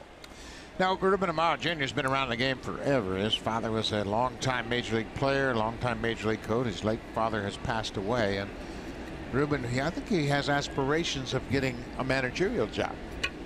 Certainly done just about everything in the game. Mitch Moreland, the batter, he's 2 for 4. Good lead by Betts, and you can't blame Campos for throwing over. Man, he was way out there. If you have to dive back like that, you know you've got a good lead. A step at a dive, and you dive to the back end of that base, right at the cut of the turf, and actually gets back pretty easy. Out there again and draws another throw. That's a lost. That's a lost art out there. Those base stealers who are unafraid to get out there. They just acquired one in Rajay Davis. He's fearless. Mookie Betts is a good base stealer. Got 18 on the season. He's way out there again. And a strike taken by Moreland. When he immediately puts himself in the mind of Campos as soon as he takes that big of a lead on the first pitch. And 2 throws over didn't make him shorten up that lead at all. Now he gains more confidence. He's got a better feel for Campos and his move.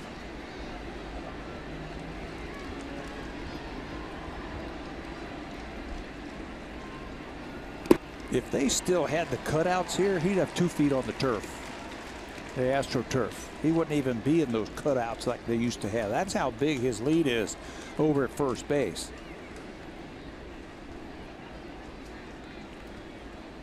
The Red Sox, a different kind of a team there than we've come to associate with the Boston. They don't have a ton of power, but they've got a lot of speed, a lot of athleticism. They use it.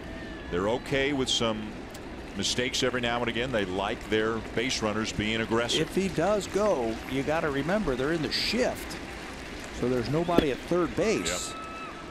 Yep. It looks like Josh Donaldson. That's him playing shortstop right there, covering on there. If there is a play at second base, there's nobody at third. Yep.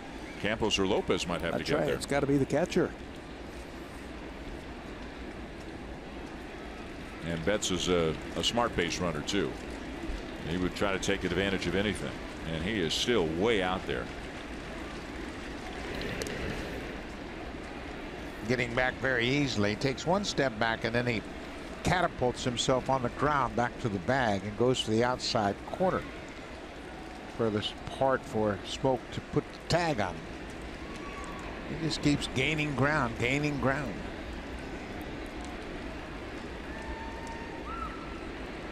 There he goes. Ball 2, throw down, and no chance to get him at second. And there goes Lopez to third, along with Ryan Goins. Donaldson put the block on him too. Donaldson kind of got in front of him and said, "Don't go anywhere. We're not prepared for that." But Lopez got down there, and Goins was headed in that direction as well. Now, these are all the things you have to remind yourself when you're playing the shift. There was Johnny Damon in 2008 in the World Series, stole a base for the Yankees, and they went all the way to third on the play. Yep.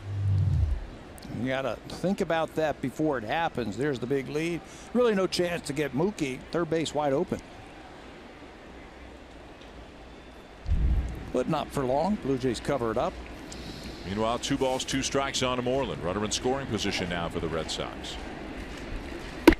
And he got him. Took something off. 2 down.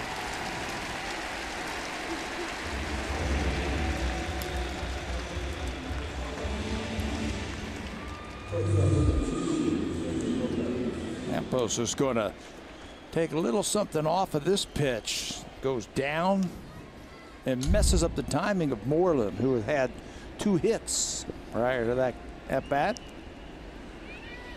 Gone final now in Baltimore. The Orioles have defeated Seattle 7-6. Baltimore stays hot. They move a game over the 500 mark. Zach Britton picked up the save tonight, as Bogarts takes in the dirt ball 1. There's another great example of a GM knowing his team. Everybody in the world was calling for Duquette to trade Zach Britton. You got to trade Britton. You got to trade O'Day. You trade Brad Brock. Trade those guys. And he said, you know what?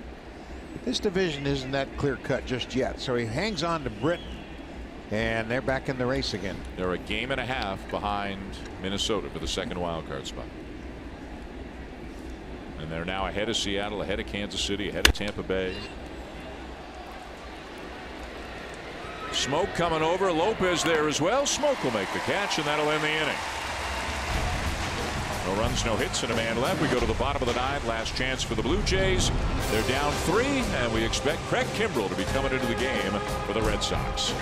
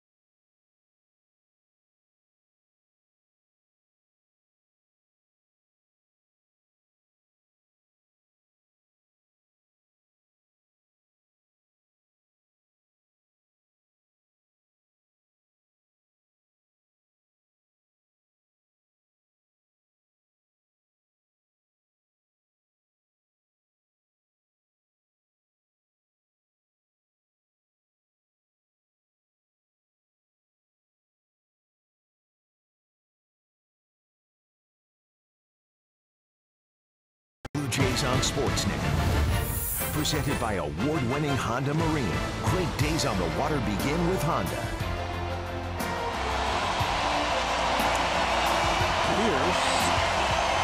We go to the bottom of the ninth at Rogers Center. The crowd tonight of better than 35,000 making as much noise as they can, trying to spur the Blue Jays on against one of the best in the game, Craig Kimbrel. Well, the right-hander, take a look at some of these numbers that Craig Kimbrel's put up this season. This is his 54th game.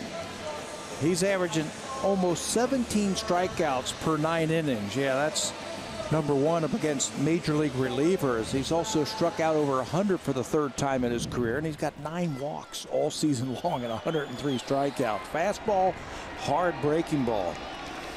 He has struck out more than half of the batters he has faced this season, 103 out of 201. Rafi Lopez leads off the bottom of the 9th, 6-3 Boston.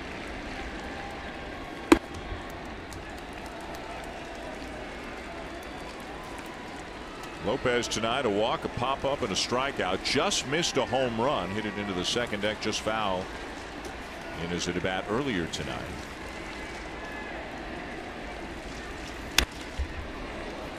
.98, and he fouled it back, 1-1. Kimbrel making his 12th appearance of the month of August.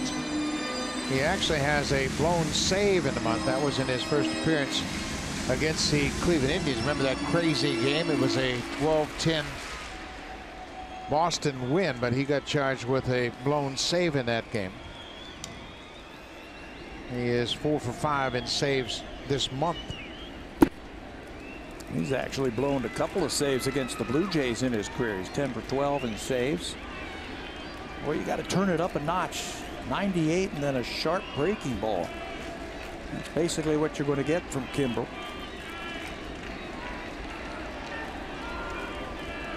2-1 the count on Lopez.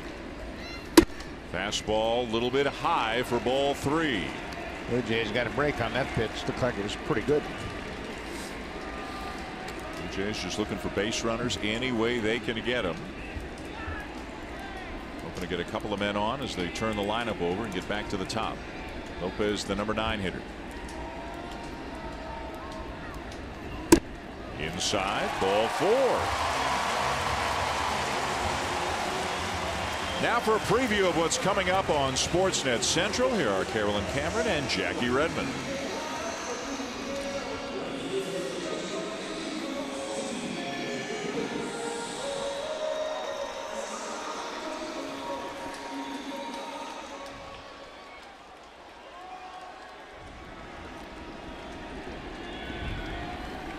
Looking forward to that. The Blue Jays hoping for a bit of an uprising here in the bottom of the 9th. Maybe a big-time comeback against one of the game's best in Kimbrel, as Pierce tries to check the swing and he succeeds. So it's a 1-ball, no-strike count on Steve Pierce.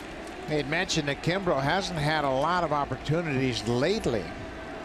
This is his first save opportunity after 3 non-save situations. Last save opportunity came on the 18th of August.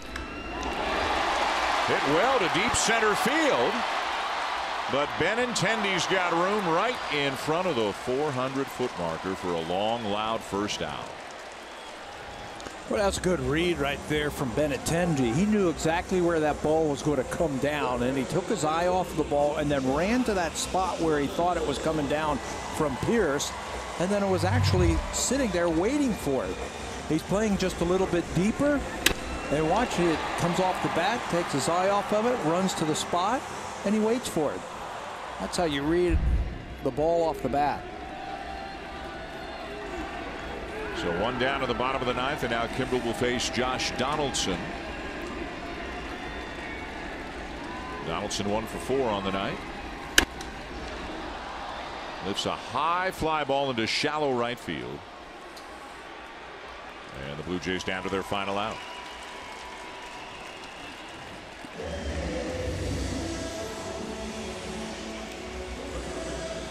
You see a lot of smiles on the Red Sox team too. Maybe part of that is just youthful exuberance. A lot of these young guys, you'll see after they win, a little dance the outfielders do together. They enjoy themselves out there. Well, they've grown up together.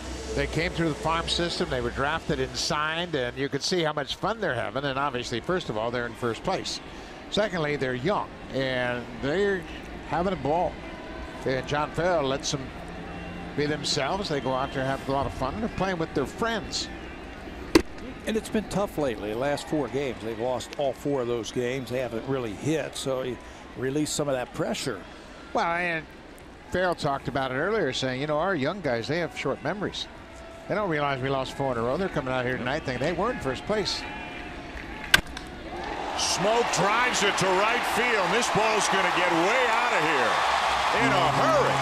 2-run homer for Justin Smoak, his 36th on the season, and it's a 1-run game. It's only the 5th home run that Kimbrel has surrendered this season, and Smoak's been doing this all season long. And he drilled that thing, and no doubter into the seats. Home run number 36 for Justin Smoak. They battle you to the last out. I don't care what the score is. I don't care what inning it is. The Blue Jays always seem to find a way to get that tying run to the plate. And with that home run from Justin Smoak, number 36, the Blue Jays have the tying run to the plate. 2 down in the inning, and it's Jose Bautista. Bautista guessing a fastball, and he got a breaking ball on the first pitch. This home run is the 10th career home run for Smoak against the Red Sox. He got that breaking ball and barreled it up, knocked it out of the yard. 0-1. High fastball, the ball, and a strike on to Bautista, who's 1 for 4 tonight. 9-9 with that fastball.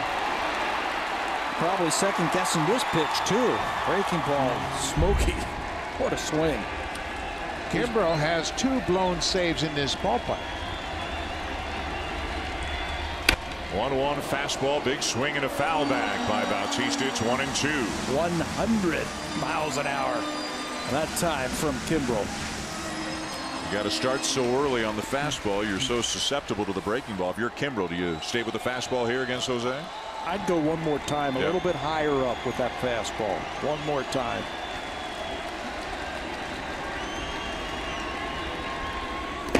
Breaking ball in the dirt. 2 balls, 2 strikes. What a season for Justin Smoak. 2 more RBIs now for Smoak. He's got 84 on the season. Career highs across the board for Smoak. 2-2 on Bautista. The Blue Jays down a run here in the bottom of the 9th inning. And the pitch. High fastball, a full count. All right, you throw 100 miles an hour. You don't want to get beat with your second best pitch. Tell you, a lot of energy in the ballpark for a team 8 games under 500. Bautista really trying to give him something to cheer about.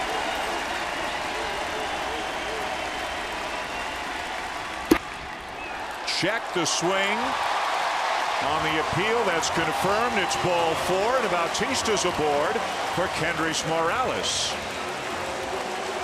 who has had some notable moments in the 9th inning this year, and also in his career has faced Kimbrel once, and he homered off him. 1 for 1 with a home run.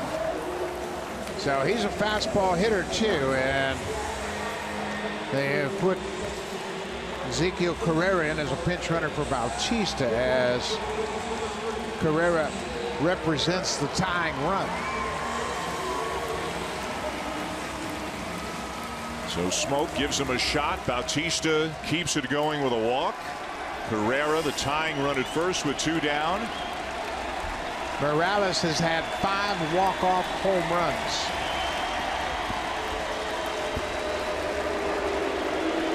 Zeke's not going to run here. Going to give him a chance to win it. Not with Vasquez behind the plate. Red Sox have the shift on, of course, against Morales, even with the velocity that Kimbrel brings. Big Swing and a miss, 0-1. Morales had a walk-off home run against Tyler Wilson on the 15th of April, Baltimore, and then had another one off Santiago Casilla of the A's on the 26th of July. Valley Caps getting a workout here with Rogers Center with the bottom of the ninth. The Jays trying to pull off an unlikely comeback against one of the game's best. Just missed up and away. Henry's one of the best fastball hitters in the league, and he's hit the 3 longest home runs here at Rogers Center all season long. He can turn on anybody's fastball.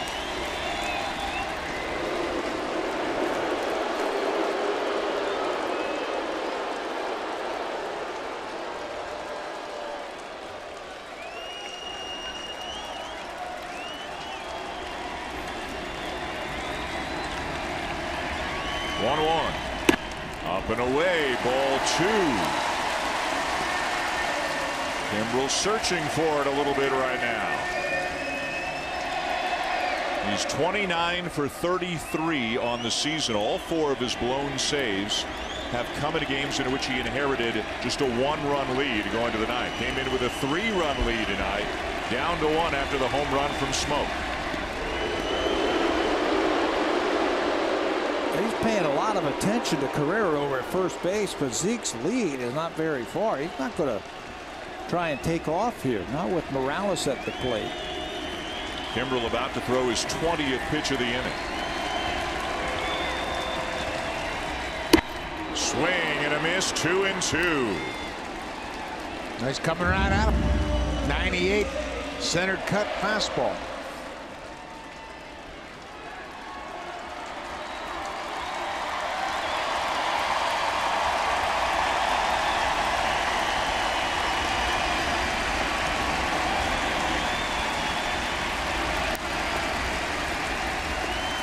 The 2-2.